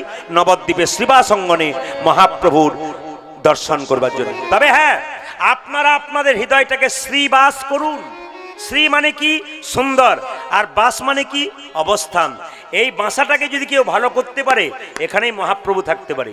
শ্রীবাসঙ্গনে যেমন মহাপ্রভু প্রতিদিন নৃত্য করতেন, কীর্তন করতেন, আমাদের হৃদয়টাকে যদি কেউ শ্রী আর বাস, ভগবানের বাসযোগ্য জায়গাটা সুন্দর করতে পারলে আপনার এখানে মহাপ্রভু নাচতে পারে। হরে কৃষ্ণ। নিচু যদি না হওয়া যায়, কিছু পাওয়া যায় না। নিজে যদি অধম হন তবে ভগবানকে পাবেন, আর নিজেকে উত্তম বললে আপনি ভগবানকে পাবেন না। প্রমাণ দিদি, ভেতরে যদি বারবার কারো অহংকার হয়, আপনি প্রণাম করবেন। হরে কৃষ্ণ। যে যেখানে বসে আছেন তাদেরকে বলে রাখি, ভেতরে যদি একটু অহংকার জন্মায় আপনার, না যদি বুঝতে পারেন আপনি মন্দিরে বারবার প্রণাম করুন, অহংকার চলে যাবে। কাকে প্রণাম করবেন? সাধুগুরু বৈষ্ণবকে প্রণাম করবেন। কেন? একটা সোনার কলসি যতই দামি হোক, তাকে কিন্তু একজনের কাছে মাথা নত করতে হয়। জানা আছে কার কাছে? গ্লাসের কাছে। আপনি যত কোটি টাকার মালিক হোক না কেন, একজনের কাছে মাথা নত করতে হয়। কার কাছে? স্বয়ং বৈষ্ণবের কাছে। বৈষ্ণবের চরণে যদি বারবার আপনি মাথা নত করতে পারেন, ভগবানের মন্দিরে যদি বারবার মাথা নত করতে পারেন, আপনার অহংকার চলে যাবে। আপনারা প্রশ্ন করবেন, বৈষ্ণবটা কাকে বলে? এইদিকে, বৈষ্ণব কাকে বলে বাবা? সবাই বৈষ্ণব নয়। ত্রিনাদপি শুনিচন তররিব সহিষ্ণুনা অমানেন মানদেন কীর্তনীয় সদাহরি। ব্যাখ্যাটা কেমন? ঘাসের উপরে পা দেবেন, ঘাস মাথা নিচু করবে, পা উঠাবেন, উঁচু করবে মাথা। বৈষ্ণবকে হাজার কথা বলবেন, ওই যে বৈষ্ণব মাথা নিচু করবে আর উঁচু করবে না। আর বৈষ্ণব কাকে বলে? তররিব সহিষ্ণুনা। গাছকে আপনি কাটছেন, গাছ যতক্ষণ না মাটিতে পড়ছে ফল দান করছে, ছায়া দান করছে। বৈষ্ণবকে হাজার আঘাত করুন, যতক্ষণ না মাটিতে পড়ছে আপনাকে হরিনাম দান করে যাচ্ছে। আর বৈষ্ণব কাকে বলে? আর বৈষ্ণব অমানেন মানদেন। আপনাদের গ্রামের পথ দিয়ে, আপনাদের ডহরকুণ্ড রাস্তা দিয়ে একজন কুষ্ঠব্যাধি লোক ছটপট ছটপট করছে, আমি আপনি সবাই নাকে কাপড় চাপা দিয়ে চলে যাব, কিন্তু যিনি পরম বৈষ্ণব তিনি বলবেন, ওরে এই সংসারের কোনো ডাক্তার যদি তোর রোগ ভালো করতে না পেরেছে, আমার সঙ্গে কুলে কুল দিয়ে একবার হরি বল বল, এতে তোর দেহ রোগ তো দূর হবে, তোর ভব রোগ পর্যন্ত দূর হয়ে যাবে। ইনি বৈষ্ণব। আর কাকে বৈষ্ণব বলে? তিলক, তুলসী মালা, শিখা ও কৌপিন, বহিব্বাসে হরিনাম, মুখে নিষিদিন। তিলক থাকবে, তুলসী মালা থাকবে, হরিনাম থাকবে বহিব্বাসে, মুখে নাম থাকবে। ইনি হচ্ছেন বৈষ্ণব। গাছ ফল দেয় নিজের জন্য নয়, জগতের জন্য। নদী জল দেয় মা, নিজের জন্য নয়, জগতের জন্য। বৈষ্ণব নাম দেয় নিজের মঙ্গলের জন্য নয়, সারা জগতের মঙ্গলের জন্য। ওই জন্য বৈষ্ণব দেখলে সম্মান করুন। সবচেয়ে লজ্জার ব্যাপার এটাই, আমরা বৈষ্ণব দেখলে ঠাট্টা করি। অধঃপতনের জায়গাটা তো আমরা টেনে এনেছি। কোনো মুসলিমদের মৌলভী সাহেব রাস্তা দিয়ে পেরিয়ে গেলে প্রত্যেকটি মুসলিমের ছেলে মাথা নত করে চলে যায়। আর হিন্দুদের কোনো বৈষ্ণব যদি তিলক মালানি রাস্তা দিয়ে চলে যায়, তবে প্রথম ঠাট্টার বস্তু আমাদের হয়ে দাঁড়ায় ওই বৈষ্ণবটা। এই জন্যে আমাদের হিন্দু সনাতন ধর্ম আস্তে আস্তে নিচের দিকে যাচ্ছে। আমাদের একটু দেখে নিতে হবে। আমেরিকার চিকাগো শহরে, হরে কৃষ্ণ, আমেরিকার চিকাগো শহরে প্রথম মহাসম্মেলনে গিয়েছিলেন কে? বিবেকানন্দ। ওখানে গিয়ে চিৎকার করে বলেছিলেন, আমি হিন্দু, আমি হিন্দু।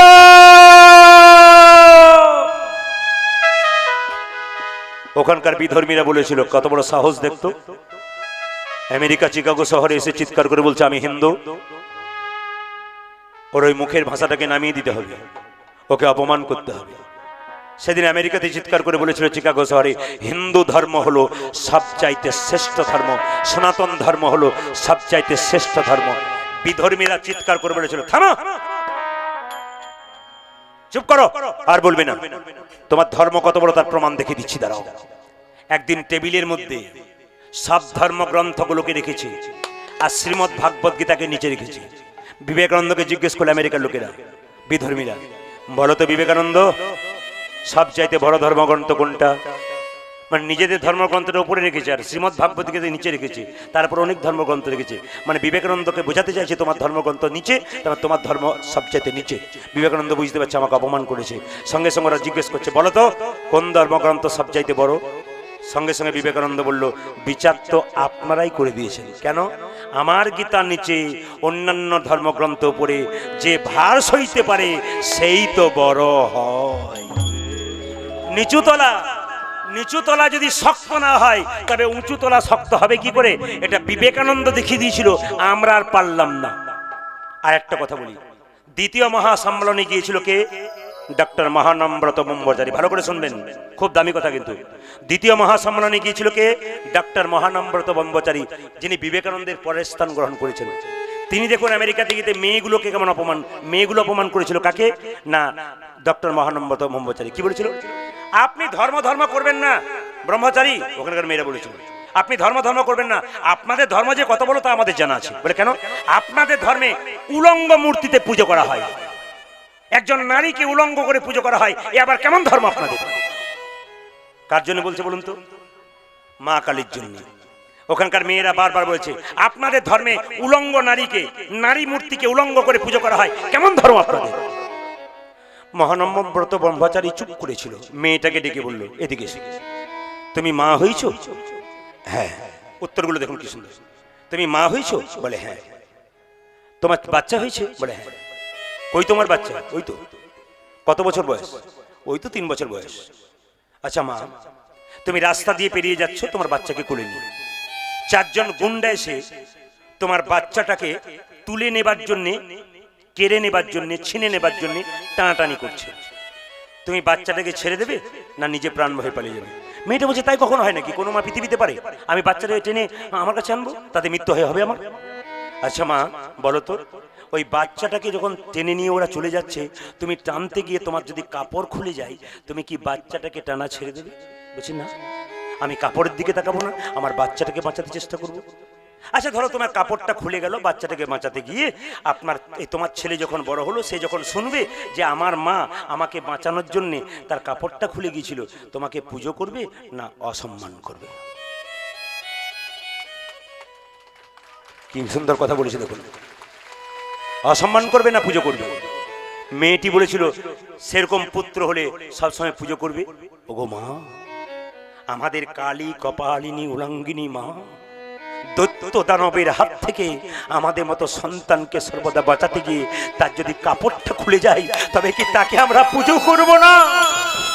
মেয়েটা সঙ্গে সঙ্গে মাথা নত করে ডাক্তার মহানম্রত ব্রহ্মচারীকে বলেছিল, প্রভু অপরাধ ক্ষমা করে দেবেন, বুঝতে পেরে গেলাম ভারতের সনাতন ধর্ম কত পাকা, ভারতবর্ষের ভক্ত মানুষ যারা হয় তারা ভক্তি তত্ত্বের দ্বারা কোথায় যায়, আমরা এগুলো জেনেও আমাদের জ্ঞান হয় না। আমাদেরকে অনেকে প্রশ্ন করে, প্রদীপ বাবু আপনি তো কীর্তন করছেন, একটি প্রশ্ন করব। বলে কি?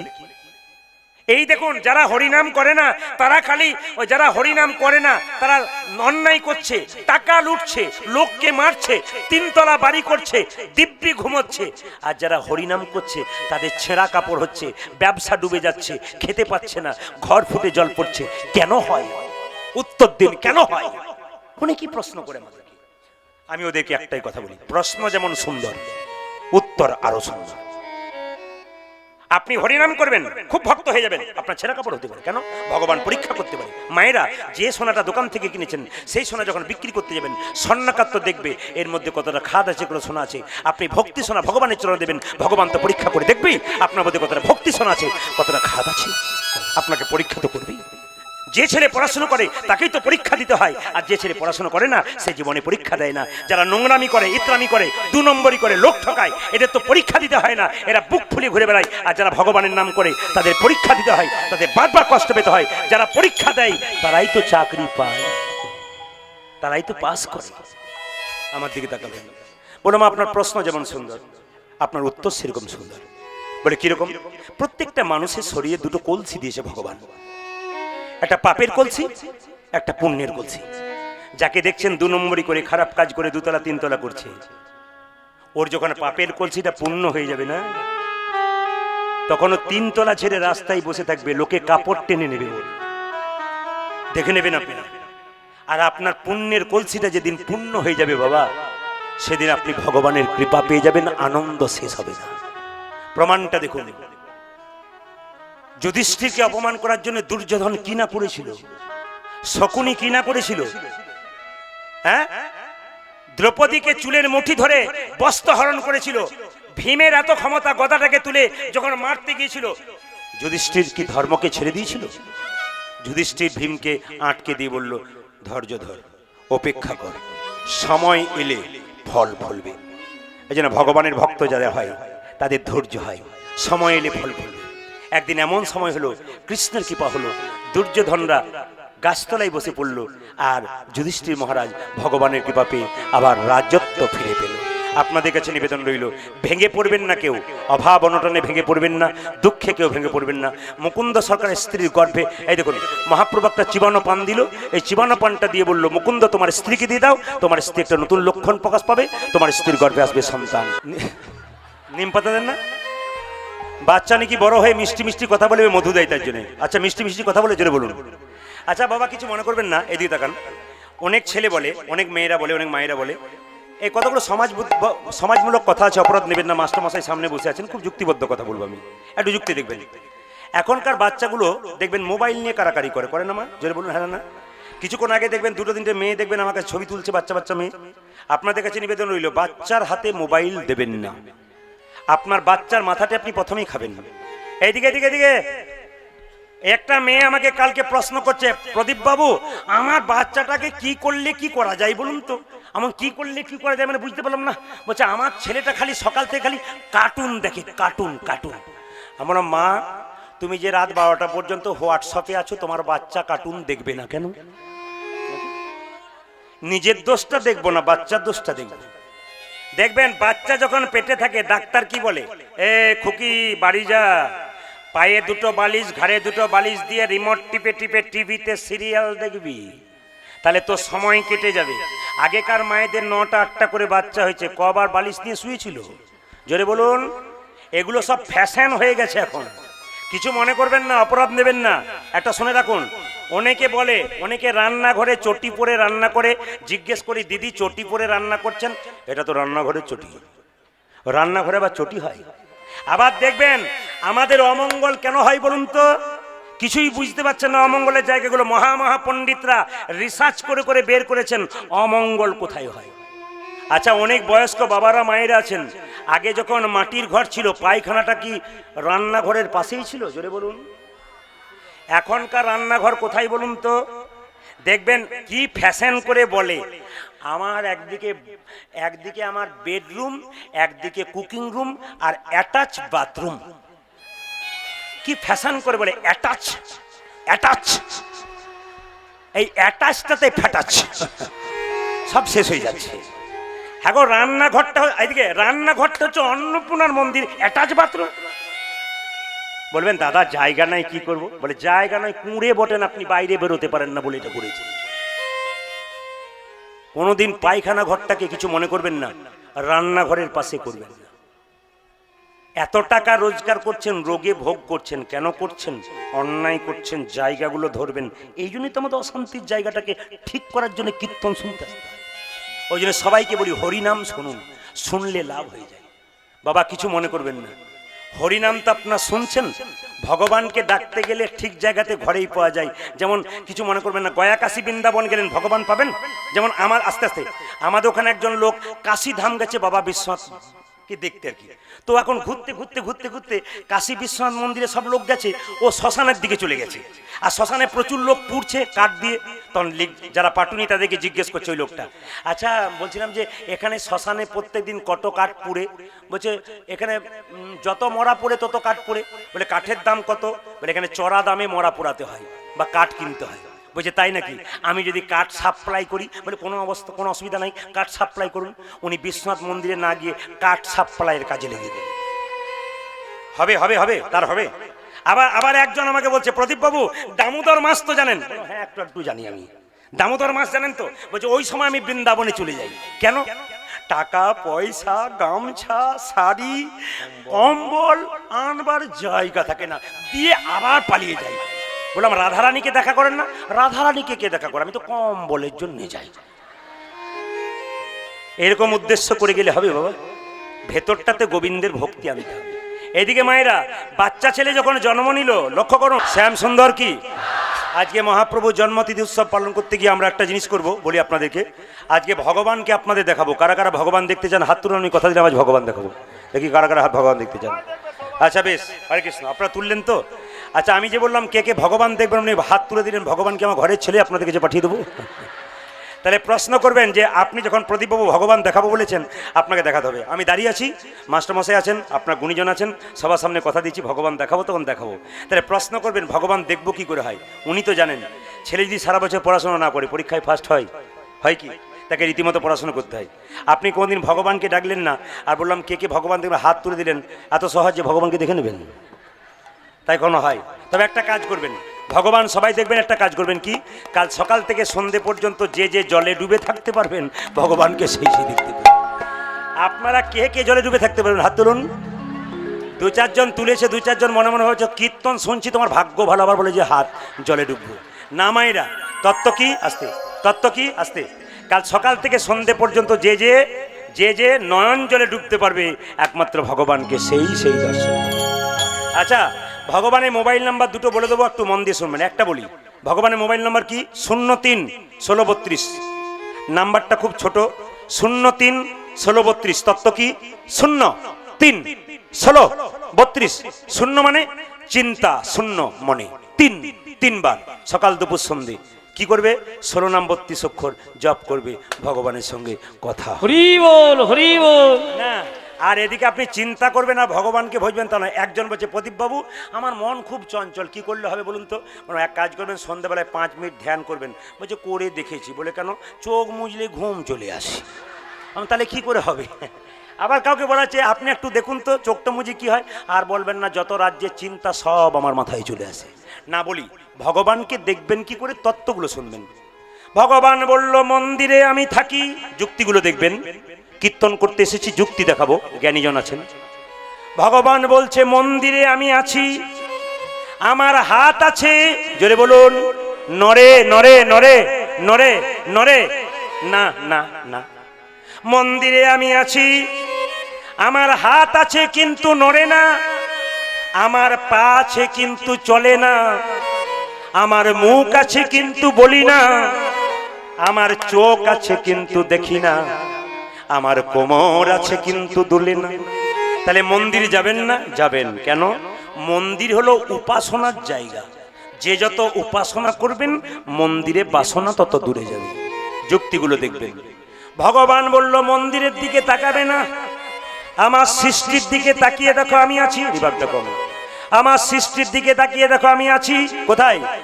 ছোট ছোট গাছ তার বড় বড় ফল, আর বড় বড় গাছ তার ছোট ছোট ফল। একটু যুক্তিগুলো দেখবেন বাবা। কারণ আমি যখন কীর্তন শিখেছিলাম তখন আমি কিন্তু শিক্ষিত ছেলে হয়ে শিখেছি। আমার বাবা হসপিটালের ডাক্তার ছিলেন, 81 বছর বয়সে ভাদ্র মাসে 21 তারিখে চলে গেলেন। তিনি আমাকে বললেন, প্রদীপ, আমরা 7 জন বন্ধু ইংরেজিতে এমএ করলাম, বিএড করলাম, তার মধ্যে 6 জন কিন্তু এখন শিক্ষক এবং শিক্ষিকা, কিন্তু আমি কীর্তন করছি বলে ওরা আমাকে ঠাট্টা করে প্রথম বলতো, প্রদীপ আমরা সরকারি চাকরি নিলাম, তুই কি করলি? আমি ওদেরকে বলতাম, তোরা তো সরকারের চাকর হলি, আমি এমন একজনের চাকর হলাম যার জন্য এত এত সাধুগুরু বৈষ্ণবের চরণধুলি মাথায়। আমার কীর্তন শেখার শুরুতে আমার বাবা আমার ঘোর বিরোধী ছিলেন। আমি একটা ছেলে দেখতে চাই শিক্ষক হও, প্রফেসর হও, না কীর্তনিয়া হতে চাও না, ওতে কোনো ভবিষ্যৎ নেই, ভবিষ্যৎ নেই, ভবিষ্যৎ নেই, বাবা বারবার বলতেন। কিন্তু কৃষ্ণের কি কৃপা দেখুন, আমাদের বংশে কেউ কৃষ্ণ নাম খুব একটা ভালো করে নাই, কিন্তু আমার মাতৃকুলে যারা মামা দাদু আছেন আমার, তারা কিন্তু সবাই কৃষ্ণ নাম করে, তিলক নেয়, মাতৃবংশ থেকে পেয়েছি আমি। পিতা আমাকে আশীর্বাদ করলেন বাবা শেষে, ওরে প্রদীপ, একটা এলাকার মাস্টার হলে একটা এলাকার লোক তোকে চিনতে পারতো, আজকে তুই কীর্তনীয় হয়েছিস বলে কত সাধুগুরু বৈষ্ণব আমার বাড়িতে আসছে, কতজনের চরণ পাচ্ছি, এর চাইতে বড় ব্যাপার আর কি থাকতে পারে। তবে আপনাদের বলে যাই, এই জন্য আমার মাস্টারমশাইকে বলেছিলাম, যুক্তি দিয়ে কীর্তন শেখাবেন, যুক্তি ছাড়া মুক্তি নাই। ভগবান বলল, আমার সৃষ্টির দিকে তাকিয়ে দেখো আমি আছি, ছোট ছোট গাছ তার বড় বড় ফল, আর বড় বড় গাছ তার ছোট ছোট ফল। এইদিকে একটা বট গাছ, কত বড় গাছ, তার ফলের ওজন কত, 5 গ্রাম, 7 গ্রাম, 10 গ্রাম। কিন্তু একটা কুমড়ো গাছ, লতা গাছ, ফলের ওজন কত, 5 কেজি, 10 কেজি, 15 কেজি। তাহলে এইটুকু কুমড়ো গাছ ফলটা এত বড় হলো, বটের ফলটা এইটুকু হলো কেন? আসল তত্ত্ব কি? ভগবান বলছে, গরমকালে, গ্রীষ্মকালে আমার ভক্তরা যখন আমার গুণগান গাইতে গাইতে বট গাছের নিচে আশ্রয় নেবে, বটের ফলটা যদি আমি এত বড় করে দিই, চাপা পড়ার ভয়ে কেউ বসবে না, আমার নামও করবে না, তাই বটের ফলটা ছোট করে দিলাম। করে নাই? আবার দেখবেন এখানে কীর্তন কমিটি অনেকে আছেন যারা কীর্তন করান, অপরাধ নেবেন না আমার কথাতে। দেখবেন 24 পর গান হলেই দেখবেন আমাদের কীর্তনিয়াদের দেখবেন দুপুরবেলা সেবাতে একটি ফল থাকে, কিছু থাকার না থাকে। কি বলুন তো? জানা আছে আপনাদের? জানা আছে। কুষ্মাণ্ড নাম শুনেছেন? যাকে বলা হয় ডিংলে কুমড়ো, জানা আছে? এইটা কিন্তু কীর্তনিয়াদের সেবাই সব সময় লাগে। দেখবেন আপনারা যে কোনো জায়গায় কীর্তন করতে গেলে আগে আমাদের কাকা বাবুরা যারা কীর্তন করতেন তারা বলতো, আর বলিস না বাবা, কীর্তন শিখিস না রে, কুমড়োর ঘ্যাঁট আর বিড়ি কলাইয়ের ঢাল। তো আমি দেখেছি প্রথম কীর্তন করেছি তখন ওইগুলো পেয়েছি, এখন আর ওইগুলো নাই। আচ্ছা, কুমড়োটা কেন বলুন তো কীর্তনিয়াদের সেবাতে লাগে? আমরা যখন এদিকে দেখান কীর্তনিয়াদের সেবায় লাগে, একদিন মহাপ্রভু রাস্তা দিয়ে চলে যাচ্ছে নাচতে নাচতে, আর কুমড়ো গাছটা লতা হয়ে পড়ে আছে। মহাপ্রভুর পাটাকে ধরে বলছে, প্রভু প্রভু প্রভু। মহাপ্রভু পাটাকে কুমড়ো ধরে বলছে, প্রভু বলে কি, সব ফল তোমার সেবায় লাগলো, আমি তোমার সেবায় লাগলাম না কেন? তখন মহাপ্রভু কুমড়োকে বললো, কুমড়ো কাঁদিস না, যেখানে নামযজ্ঞ 24 প্রহর কীর্তন হবে সেখানে 3 দিন ধরে কুমড়ো তুই কীর্তনিয়াদের সেবাতে লেগে যাবি। ওই জন্য মূল জ্ঞানদের সেবাতে লেগে যায়। ওই জন্য লক্ষ্য করুন, এখানে তো কমিটির দাদা রয়েছেন, আমরা যখন দুপুরবেলায় খাওয়া দাওয়া করি তখন বাড়ি থেকে ফোন আসে, সেবা হয়েছে? হ্যাঁ। কি হয়েছে? না এই হয়েছে সেই হয়েছে। কারণ কমিটির লোক যদি থাকে ওই জন্য বলে কি হয়েছে, ওপাশ থেকে বলে। তখন উনি প্রশ্ন করেন আমার ঘর থেকে যে উনি আছেন? উনি মানে বুঝতে পেরেছেন? কোনো মতেই বলবে না কুমড়ো, আমার শিক্ষা দেওয়া আছে। উনি আছেন? কমিটির দাদা বসে আছে, তখন বলি হ্যাঁ উনি তো আছেনই। ইনি ভাবছেন আমি আছি, আর স্ত্রী আমার ভাবছে যে কুমড়ো তো আছেই। তখন কমিটির দাদা বলছে, নিশ্চয়ই প্রদীপবাবু বৌদি আমার নাম করছে। হ্যাঁ আপনার কথাই বলছে, উনি যে কুমড়োর কথা বলছে এ কথা আপনাদের জানা আছে? না, এখানে যে আজকে এসেছি না দাদার বাড়িতে, দারুণ ব্যাপার, বর্ণনা করার কিছু নাই, আপনাদের বলে যাই। ছোট ছোট গাছ তার বড় বড় ফল, বড় বড় গাছ তার ছোট ছোট ফল। বলছে ছোট ছোট ফল করলো, আপনার সব যুক্তি পেলেন। বিজ্ঞান সব কিছু করতে পারে, কিন্তু বিজ্ঞান তৈরি করতে পারে না অরিজিনাল চুল। পারে? একথা নয়, একেবারে ভুল। বিজ্ঞান তৈরি করতে পারে না অরিজিনাল চুল। বসে শুনুন যত ভক্ত, বিজ্ঞান তৈরি করতে পারে না অরিজিনাল রক্ত। তাহলে ব্লাড ডোনেশন কেন্দ্র তৈরি হতো না। আপনাদের কাছে নিবেদন রইল, দেখবেন সবাই লক্ষ্য করবেন, মায়ের স্তনদুগ্ধে ছুঁচ ফোটালে দুধ বেরোবে না, রক্ত বেরোবে, কিন্তু বাচ্চা যখন চুমুক দেয় তখন দুধ বেরিয়ে যায়। বিজ্ঞান হেরে গেল, মনে মনে ভাবলো ধর্মের কাছে বিজ্ঞান কোনো কিছু নাই। বিজ্ঞানকে আপনারা মানবেন, কিন্তু ধর্মকে আগে মানবেন, এটা আপনাদের শ্রেষ্ঠ। আসুন সবাই মিলে প্রেম সাকবা বলুন, রাধা রানী কি, শ্যাম সুন্দর কি, মুকুন্দ সরকার কি, রঘুনন্দন কি। সবাই মিলে আমরা আজকে বসবো মাথায় কাপড়টা নিয়ে। রঘুনন্দন আজকে গোপীনাথকে নাড়ু খাওয়াবে। সবাই মিলে যে যেখানে বসে আছেন প্রেম সে।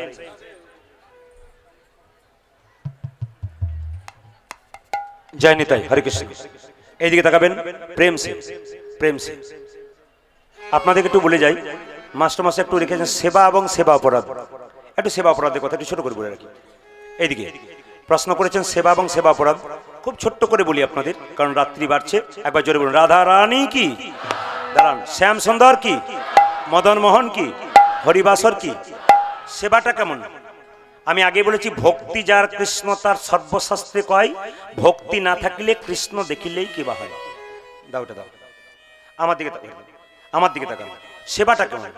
আপনি মন্দিরে প্রসাদ নিয়ে যাচ্ছেন, এইদিকে তাকাবেন, মন্দিরে প্রসাদ নিয়ে যাচ্ছেন, তো পুজো দিতে যাচ্ছেন। সেবা অপরাধ কখন হয়? আমার দিকে তাকাবেন। সেবা অপরাধ তখনই হয় যখন আপনি পুজো নিয়ে যাচ্ছেন, খালি নিয়ে যাচ্ছেন। চৈতন্য চরিতামৃতে বললো যে আপনি যখন মন্দিরে ঢুকবেন সেবার জন্য গোবিন্দের, তখন একটা একটা ভুল হয়, ভুলগুলো জেনে নিন। বলছে এর ওপরে একটা রুমাল বা তোয়ালে নিয়ে যেতে হয়। যখন আপেল কলা লেবু নিয়ে যাবেন, রুমাল তোয়ালে নিয়ে যাবেন। প্রশ্ন করবেন কেন? একটাই কারণ, ওপরে যে পাখিরা উড়ে বেড়াচ্ছে তাদের বৃষ্ঠা বা প্রস্রাব যদি এতে পড়ে যায়, আপনার মঙ্গলের মধ্যে অমঙ্গল হয়ে যাবে। এক, আপনি যখন মন্দিরে প্রসাদটা নিয়ে ঢুকবেন, এদিকে তাকাবেন, প্রসাদটা নিয়ে ঢুকবেন, তখন কিন্তু মন্দিরে ঢুকবার আগে আপনি প্রণাম করে প্রভুকে বলবেন, হে প্রভু, এই যে প্রসাদটা এনেছি তার যদি যেন কোনো অপরাধ হয়ে থাকে তুমি নিজ গুণে ক্ষমা করে দিও। এইভাবে প্রণাম করে আপনাকে মন্দিরে ঢুকতে হবে, তবে আপনি ক্ষমা পাবেন। এবার লক্ষ্য করুন, মন্দিরে যখন পুজোর থালাটা দেবেন, আপনার কেউ চাইবেন না। মন্দিরে গিয়ে আপেল কলা লেবু দিলেন, নিয়ে বলেন গাড়ি দাও, বাড়ি দাও, টাকা দাও, পয়সা দাও, চাইবেন না। যে চায় সে অল্প পায়, আর যে চায় না সে এত পায় ভাবতে পারে না। প্রশ্ন করবেন, না চাইলেই পাবেন? বলে হ্যাঁ পাবেন। বাচ্চা ছেলে মায়ের কাছে ঘোরাঘুরি করে, মা তো জানতেই পারে যে বাচ্চা কি জন্য ঘোরাঘুরি করছে। এই জন্য মন্দিরে যখন ভগবানের কাছে যাবেন, ভগবান তো জানতেই পেরে যাবে আপনি কি জন্য এসছেন, আপনার কি নাই, আপনি আবার জানাবেন কেন? ওই জন্য মন্দিরে গিয়ে জানাবেন না, আপনি ভক্তি সম্পদ দিন। এবার লক্ষ্য করুন, মন্দিরে প্রসাদটা দেওয়ার পর, থালাটা দেওয়ার পর আপনি যখন মন্দির থেকে বেরিয়ে আসবেন, তখন মন্দিরের দরজা লাগানোর আগে পর্যন্ত দিয়ে তাকান, এই প্রসাদের থালাটা আপনি পেছন পেছন করে নিয়ে আসবেন। এভাবে এভাবে নিয়ে এসে দরজা বন্ধ করার পর তারপর মন্দিরে পিছু করবেন। চৈতন্য চরিতামৃতের কথা। এইবার লক্ষ্য করুন, মন্দিরে যে প্রসাদ দেওয়া হয়, প্রকৃত ব্রাহ্মণ যারা হয় তারা কিন্তু প্রসাদটা মন্দিরের ওপরে দেয় না। অনেকে দেখবেন মন্দিরের ওপরে প্রসাদটা দিয়ে দেয়, তাতে কি হয়? সেবা অপরাধ হয়। কেন বলুন তো? না, মন্দিরের উপরে প্রসাদটা দিলে প্রসাদের কোনা অনেক পড়ে যায়, আর তাতে কতজন পা দিয়ে চলে যায়, এতে সেবা অপরাধ হয়। ওই জন্য আপনারা প্রসাদ দেবেন, সেবা করবেন, কিন্তু এইটুকু সেবা অপরাধ আপনারা করবেন না। সেবা অপরাধের বিস্তৃত ব্যাখ্যা আছে, তাই এই ছোট্টটুকু মাস্টার মশাইয়ের জন্য নিবেদন করলাম। সবাই মিলে মাথায় কাপড় দিয়ে বাবু হয়ে বসুন, আপনার সেবা দর্শন করবেন। সবাই মিলে একবারে সবাই, দাদা ভাইদের কাছে যাদের কাছে রুমাল তোয়ালে আছে তারা মাথায় নিন, যাদের কাছে রুমাল তোয়ালে আছে বারবার বলবো তারা মাথায় নিন, দাঁড়িয়ে থাকলেও নিন, সবাই নিন। এই জায়গাটি সবাইকে দর্শন করতে হয়, যে যেখানে বসে আছেন একবার প্রেম সে ভক্তি করে করজোরে বসুন। একটু বাবু হয়ে বসুন, মনটাকে একবার গোবিন্দের দিকে স্মরণ করুন। এখন যারা বসে আছেন তারা মনে মনে ভাববেন, সংসারে একা এসেছি, একাই যাব, ভগবানের চরণে মনটা রাখবো। একটা চৈতন্য ফেরানোর কথা আপনাদের বলে যাই। ছোট্ট বাচ্চা ছেলে ছুটে এলো মুকুন্দ সরকারের কাছে। কবিরাজ, কি? আমার বাবার খুব পেটে যন্ত্রণা গো, বাড়িতে ছটফট ছটফট করছে, একবার চলো কবিরাজ, আমার বাবা যে মরে যাবে। দাঁড়া দাঁড়া দাঁড়া দাঁড়া, চুপ করে বস। আমি চুপ করে বসবো? আমার বাবা কাঁতরাচ্ছে, আমি চুপ কর, চুপ কর, ধৈর্য ধরতে হয়। ভগবান যতক্ষণ রাখবা ততক্ষণ রাখবে, তোর চিন্তা নেই, বস। গোবিন্দের পায়ে একটা তুলসী পত্র দিচ্ছে, একটা দেবো, তারপর যাবো। আপনি পরে শিব সেবা করবেন, আগে জীব সেবা করুন। কেন রে, তোরা তা কুলতা ব্যাকুলতা কেন? আমার যে মা নেই কবিরাজ, ছোটবেলা থেকে বাবা আমার মা, বাবা আমার সব। বাবা যদি মরে... চুপ কর, চুপ কর, কাঁদিস না বাবা, আমি জানি সব দুঃখ বুঝতে পারছি, চুপ কর, একটু বস। তোর মা নেই না? ভক্তমণ্ডলী, ভক্তিমতী ভাইরা, অগণিত ভক্তের ভিড়, জনসমুদ্র হয়েছে আজকে ডহরকুণ্ডের শিব মন্দির। হরে কৃষ্ণ। ডহরকুণ্ডের শিব মন্দির আজকে এই জায়গাটি জনসমুদ্র হয়েছে, ভক্তের সমুদ্রে ঢল। আপনাদের কাছে প্রদীপ পাল একটা নিবেদন রইল, যা করবেন করবেন, সব দেবতাকে ভজন করুন না করুন, বাড়িতে যে দুটো দেবতা রয়েছে তাকে কিন্তু ভজন করবেন। বৃদ্ধ বাবা আর বৃদ্ধা মা ঘরে যদি পুজো না পাই, গোবিন্দকে যতই পুজো করো পূজা তোমার বৃথায় যায়। হরে কৃষ্ণ। একটা কথা খুব মন দিয়ে শুনবেন, বৃদ্ধ বাবা আর বৃদ্ধা মা ঘরের খুঁটো খুঁটো খুঁটো খুঁটো। আপনারা কেউ বুঝছেন না, না বুঝছেন, আমি বুঝছি প্রদীপ পাল। আমার বাবা গত 21শে ভাদ্র চলে গেলেন। যখন আমি কীর্তন করতাম, এখনো করি, প্রচুর চাপ আমার, মাসে একদিন কি দুদিন বাড়ি যাই। আমার বাবা খুঁটোর মতো বাড়িতে ছিলেন। আমাকে মাঝে মাঝে রেগে বলতেন, তুই যদি আমার মেয়ে হতিস না তাহলে খুব ভালো হতো। বলে কেন? বিয়ে দিয়ে দিতাম, গয়া কাশী বৃন্দাবন ঘুরে ঘুরে বেড়াতাম, তোর জন্য আমি কোথাও যেতে পারি না। রেগে রেগে বলে, আমি কোথাও যেতে পারলাম না বাবা তোর জন্য, সংসার আগলাতে গিয়ে। আজকে বুঝতে পারলাম আমার বাবা চলে গেছে, আমার বাড়িতে চারটি প্রাণী এখন আছে, একটাও পুরুষ নেই। আমার দুটি কন্যা, আমার স্ত্রী, আমার মা।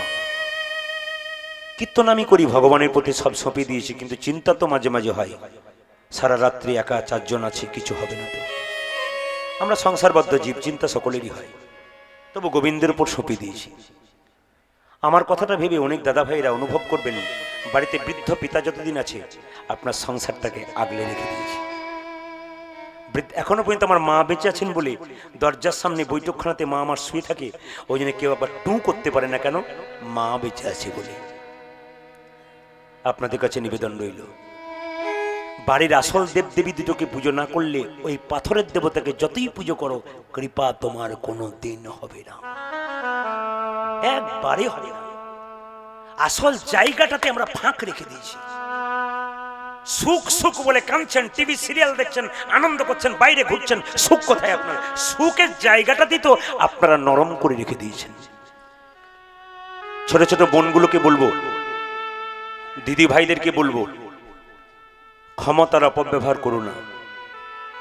তুমি যদি সংসারে মেয়েদেরকে দুটো কুল রক্ষা করতে হয়, একটা শ্বশুর কুল, একটি পিতৃকুল। কোনো মেয়ে যদি শ্বশুর ঘরে এসে খারাপ ব্যবহার করে, তাহলে দেখবেন পাশের বাড়ির লোকরা কিন্তু তোমার বাবার বদনাম করে, এটা জেনে রাখবেন। ধীরে বাবার বদনাম কেমন? মেয়েটা স্বভাব ভালো নয় কেন বলতো, এত ঝগড়ুটে কেন বলতো, ওর বাবার বংশটা ভালো নয়। আপনি যদি আপনার বাবার মান রক্ষা করতে চান, তবে শ্বশুর কুলে আপনাকে মান রাখতে হয়। আপনি যখন নতুন বিয়ে হলে সংসারে প্রবেশ করলেন, আপনার বৃদ্ধ শ্বশুর আপনাকে কি বললো? আমার মা এসেছে গো, আমার মা এসেছে। যে এত আদর করে তোমাকে মা এসেছে বলে আহ্বান করলো, তুমি যদি সেই মায়ের মান রক্ষা করতে পারো না, তবে তুমি কোন মা? বাচ্চা জন্ম দিলেই কি মা হওয়া যায় না? কর্তব্য পালন করতে হয়, এরই নাম মা। এই যে নিবেদন রইল, কীর্তন এমন একটা জিনিস, দেখুন আপনারা হাসছিলেন, আনন্দ করছিলেন, আমি দেখতে পাচ্ছি প্রথম থেকে অগণিত ভক্তের ভিড় একই রকম। 3.5 ঘন্টা কীর্তন হয়ে গেল, তবু আপনারা স্থির বসে আছেন। এটা শুধু এখানে নয়, প্রত্যেকটি জায়গাতে এরকম ভক্ত বসে থাকে আকুল ভাবে। আপনাদের কাছে নিবেদন এটা, বাবা মা বাবাকে কাঁদাবেন না। যারা খেতে দেয় না তাদের এই কথাগুলো ছ্যাঁকার মতো লাগবে, ছ্যাঁকার মতো নেবেন না, তাহলে কিন্তু ক্ষতি হতে পারে আপনার। হরে কৃষ্ণ। ছ্যাঁকার মতো নেবেন না, তাহলে কিন্তু ক্ষতি হতে পারে। আপনি ভালোবাসার উপরে নিন। আমি প্রমাণ দিয়ে দিই, মায়ের মতো আপন কেউ হয় না। রাত্রিবেলায় গান শুনে যখন বাড়ি যাবেন, বাড়ির সবাই নিজে নিজের জায়গায় ঘুমাবে, কিন্তু একজন কিন্তু দরজার সামনে দরজাটা খুলছে আর বেরোচ্ছে, তিনি আর কেউ নয়, মা। ছোট বাচ্চা স্কুলে গেলে মা কি করে? সব কাজ ছেড়ে দিয়ে দরজাটা খুলে আর ঢুকে কেন বলুন তো? ছেলে যদি বাইরে থাকে, মা কখনো স্থির থাকতে পারে? মা। আর মা কাকে বলে? মেয়েরা দেখবেন বাপের বাড়ি যায় না, কখন থেকে বলুন তো? যখন থেকে তার মা মারা যায়। মেয়েদেরকে বলা হয় দিদি বাপের বাড়ি যাবে না? মেয়েটি চোখের জল ফেলে বলে, দাদা আর কার কাছে দাঁড়াবো? যার কাছে গিয়ে দাঁড়াতাম সেই তো আমার নাই, আমি কি করে গেল? আমার শত সংসারের দুঃখ সব মায়ের কাছে গিয়ে মা জড়িয়ে ধরতো। আমার সব দুঃখ শেষ হলো, মা নাই, আর সংসারে সুখ নাই, আর আমাকে কেউ ভালোবাসে না। বৃদ্ধ পিতাটা ছিল, সেটাও মরে গেছে, আর আমি কার কাছে গিয়ে দাঁড়াবো? যার কাছে গিয়ে দাঁড়াই সম্মান পাই না। মা এমন ব্যাপার। আপনারা যারা মা হয়েছেন করজোড়ে প্রদীপ পালের নিবেদন রইল, মায়ের মহিমাটুকু রাখবেন।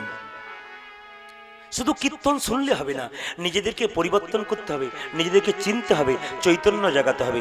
সমাজ সচেতনতা হচ্ছে কীর্তন। আপনি কীর্তন শুনতে সে কতটা পরিবর্তন হলে সেটাই কিন্তু আপনার জানা দরকার। শুধু কীর্তন শুনলেন তা বলে না, আপনাকে পরিবর্তন হতে হবে। মেনে নিন, বাড়িতে ছেলে যখন খায় না, বাড়ির সবাই খেয়ে নেয়, একজন দেখবেন দরজায় দাঁড়িয়ে থাকে, কেন বলুন তো? খোকা না এলে আমি খাবোই না। একটা বাবা যখন 3 মাস পর কাজ থেকে ফিরছে রাস্তায়, তখন তার ছোট্ট বাচ্চাটা ধুলোতে খেলছিল, বাবাকে গিয়ে বলো, বাপি কোলে নাও, কোলে নাও। দাঁড়া দাঁড়া দাঁড়া, কি করেছিস? জামাটাকে কি? চল চল বাড়ি, চল বাড়ি, চল বাড়ি, চল। আঙ্গুলে ধরে বাবা বাড়ি নিয়ে গেল, মা ধুলোবালি পরিষ্কার করে দিল, বাবা তখন কোলে নিল। আচ্ছা বলুন তো মায়েরা, নতুন কাপড় পরে খেতে বসছেন, বাচ্চা ছেলেটা ধুলোবালি মাখা অবস্থা আপনার কোলে ঝাঁপিয়ে পড়েছে, আপনি কি তাকে ঠেলে ফেলে দেবেন? নতুন কাপড়ের দিকে তাকাবেন, নিজে না খেয়ে বাচ্চার মুখে তুলে দেবেন? এরই নাম মা। মায়ের অপার মহিমা, মায়ের মতো জিনিস পৃথিবীতে নাই। মার মধ্যে যে কি শান্তি আছে, মা বললে যে কি আনন্দ আছে, কি শান্তি আছে, একমাত্র যে মা বলে ডেকেছে সে ছাড়া কেউ জানে। আর মা কাকে বলে? একটু মন দিয়ে শুনবেন। আমি জীবন্ত দেখেছি, আমি জীবন্ত দেখেছি, আমি জীবন্ত দেখেছি। হসপিটালে গিয়ে একটা মেয়ে বাচ্চা হতে গেছে, আমার দিকে তাকান না, কি করছে দেখুন, অক্সিজেনের কষ্ট হচ্ছে, ডাক্তারবাবু বাড়ির লোককে ডাকছে, আমি নিজে চোখে দেখেছি। বনসই করুন, পেশেন্ট বাঁচবে না। বাচ্চা হবে, বাচ্চাটা বাঁচতে পারে, পেশেন্ট বাঁচবে না। মেয়েটা যখন শুনতে পেল আমি বাঁচবো না, মেয়েটা তখন কি করছে দেখুন, ডাক্তারকে ডেকে বলছে, ডাক্তারবাবু, ডাক্তারবাবু, ডাক্তারবাবু, ডাক্তারবাবু, কি হলো, কি হলো? আমি মরে যাবো? না না, মরবে না। মরবে? কে বলেছে তুমি মরবে? না না, আমি শুনতে পেয়েছি মরে যাবো। আচ্ছা ডাক্তারবাবু, আমার মরার আগে আমার খোকাকে একবার দেখে যেতে, মরতে পাবো তো? মৃত্যুর সঙ্গে লড়াই করছে, কিন্তু সন্তানের কথা ভাবে নাই, সন্তানের কথা ভুলে নাই। এরই নাম মা।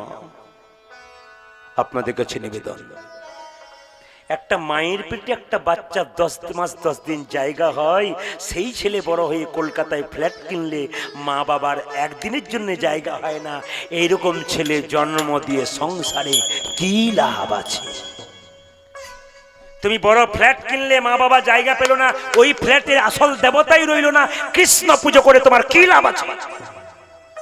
ভগবান কৃষ্ণ তো সুদামাকে বলেছে, প্রথম গুরু পিতামাতা যার থেকে জন্ম পেলি তাকে ভজনা না করলে আমাকে ভজনা করা তোর বৃথা হয়ে গেল। একটু বলে যাই, দুর্গার অষ্টমীর দিনে, হরে কৃষ্ণ, দুর্গার অষ্টমীর দিনে, এদিকে দিকে, দুর্গার অষ্টমী পুজোর দিনে পুষ্পাঞ্জলি দিয়ে যাচ্ছে একটা ছেলে, নিজের স্ত্রীকে, নিজের ছেলে মেয়েকে জামা কাপড় দিয়েছে, মা বাবাকে দেয় নাই, মা বাবাকে ভালো খাবার দেয় নাই, পুষ্পাঞ্জলি দিচ্ছে মা দুর্গাকে। মা দুর্গা বলতে চাইছে, এই খোকা, মাটির প্রতিমা পুজিস রে তুই, আগে ঘরের মাকে পূজ। হরি বল, হরি বল। মাটির প্রতিমা পুজো করবার আগে ঘরের মাকে পুজো কর। তবে বেশিক্ষণ আপনাদের নিবেদন দেবো না, একটা শেষ নিবেদন আপনাদের বলে যাই, মন দিয়ে শুনুন। কলকাতায় আমরা প্রচুর গান করি, রেড সিগন্যালে যখন গাড়ি দাঁড়িয়ে যায় তখন হঠাৎ দেখতে পেলাম, হরে কৃষ্ণ, হঠাৎ দেখতে পেলাম কি দেখুন, হঠাৎ দেখতে পেলাম, এদিকে এদিকে, হঠাৎ দেখতে পেলাম গাড়ি দাঁড়িয়ে আছে প্রচুর, একজন বৃদ্ধ বাবা 80 বছর বয়স, প্যান্ট শার্ট পরে, আমার দিকে তাকান, এরকম করে কাঁপতে কাঁপতে আসছে, এসে কি করছে দেখুন, গাড়িগুলো দাঁড়িয়ে আছে, গাড়িগুলো মুছে মুছে দিচ্ছে। আমার কাছে যখন এলো, মুছে দিয়ে বলছে, বাবা দাও। বললাম, কাকা বাবু, কাকা বাবু, কি কি করছেন আপনি? চাপা পড়ে মরে যাবেন তো? মরে গেলেও তো বাঁচি, কিসের জন্য এত? আপনার পেট আছে না বাবা, 80 বছর বয়স, 2 টাকা 5 টাকা দেয়, এই জন্য আছি। তোমার কাকিমা বাতের ব্যথা, সেই জন্য এটা করছি। আপনাদের কাছে নিবেদন রইল, স্বামী স্ত্রীর সম্পর্ক এমন সম্পর্ক, স্বামী স্ত্রীর সম্পর্ক এমন সম্পর্ক, শেষ বয়সে কেউ কাউকে ছাড়তে পারে না। বৃদ্ধ বাবা ভিক্ষা করছে রাস্তা রাস্তায়, তবু কিন্তু স্ত্রীকে ছাড়ে নাই। ওই জন্য আপনাদের কাছে নিবেদন রইল, স্বামী স্ত্রীর সম্পর্ক ভালো রাখুন। জিজ্ঞেস করলাম, কাকা বাবু আপনার ছেলে নাই? ছিল। কখন ছিল? যখন বিয়ে হয় নাই। এখন নাই? বলে না। কি করে? চাকরি করে। কত বেতন পায়? 50,000 টাকা। আপনাকে দেয় না? 50 পয়সা পর্যন্ত দেয় না। আমার লজ্জা লাগে, এই সব কালপিটগুলো যে বাচ্চার জন্ম দেবে, সেই বাচ্চাগুলো আবার কেমন তৈরি হবে, এইটা আমার মনে বাজে বাজে ভয় হয়। এই কালপিট বাচ্চাগুলো সমাজকে নষ্ট করবে। আপনি এমন বাবা হন যেন আপনার মধ্যে বিবেক থাকে, আপনি এমন মা হন, মমতাময়ী হন, আপনার মধ্যে প্রেম থাকে, আপনার সন্তান যেন ভালো।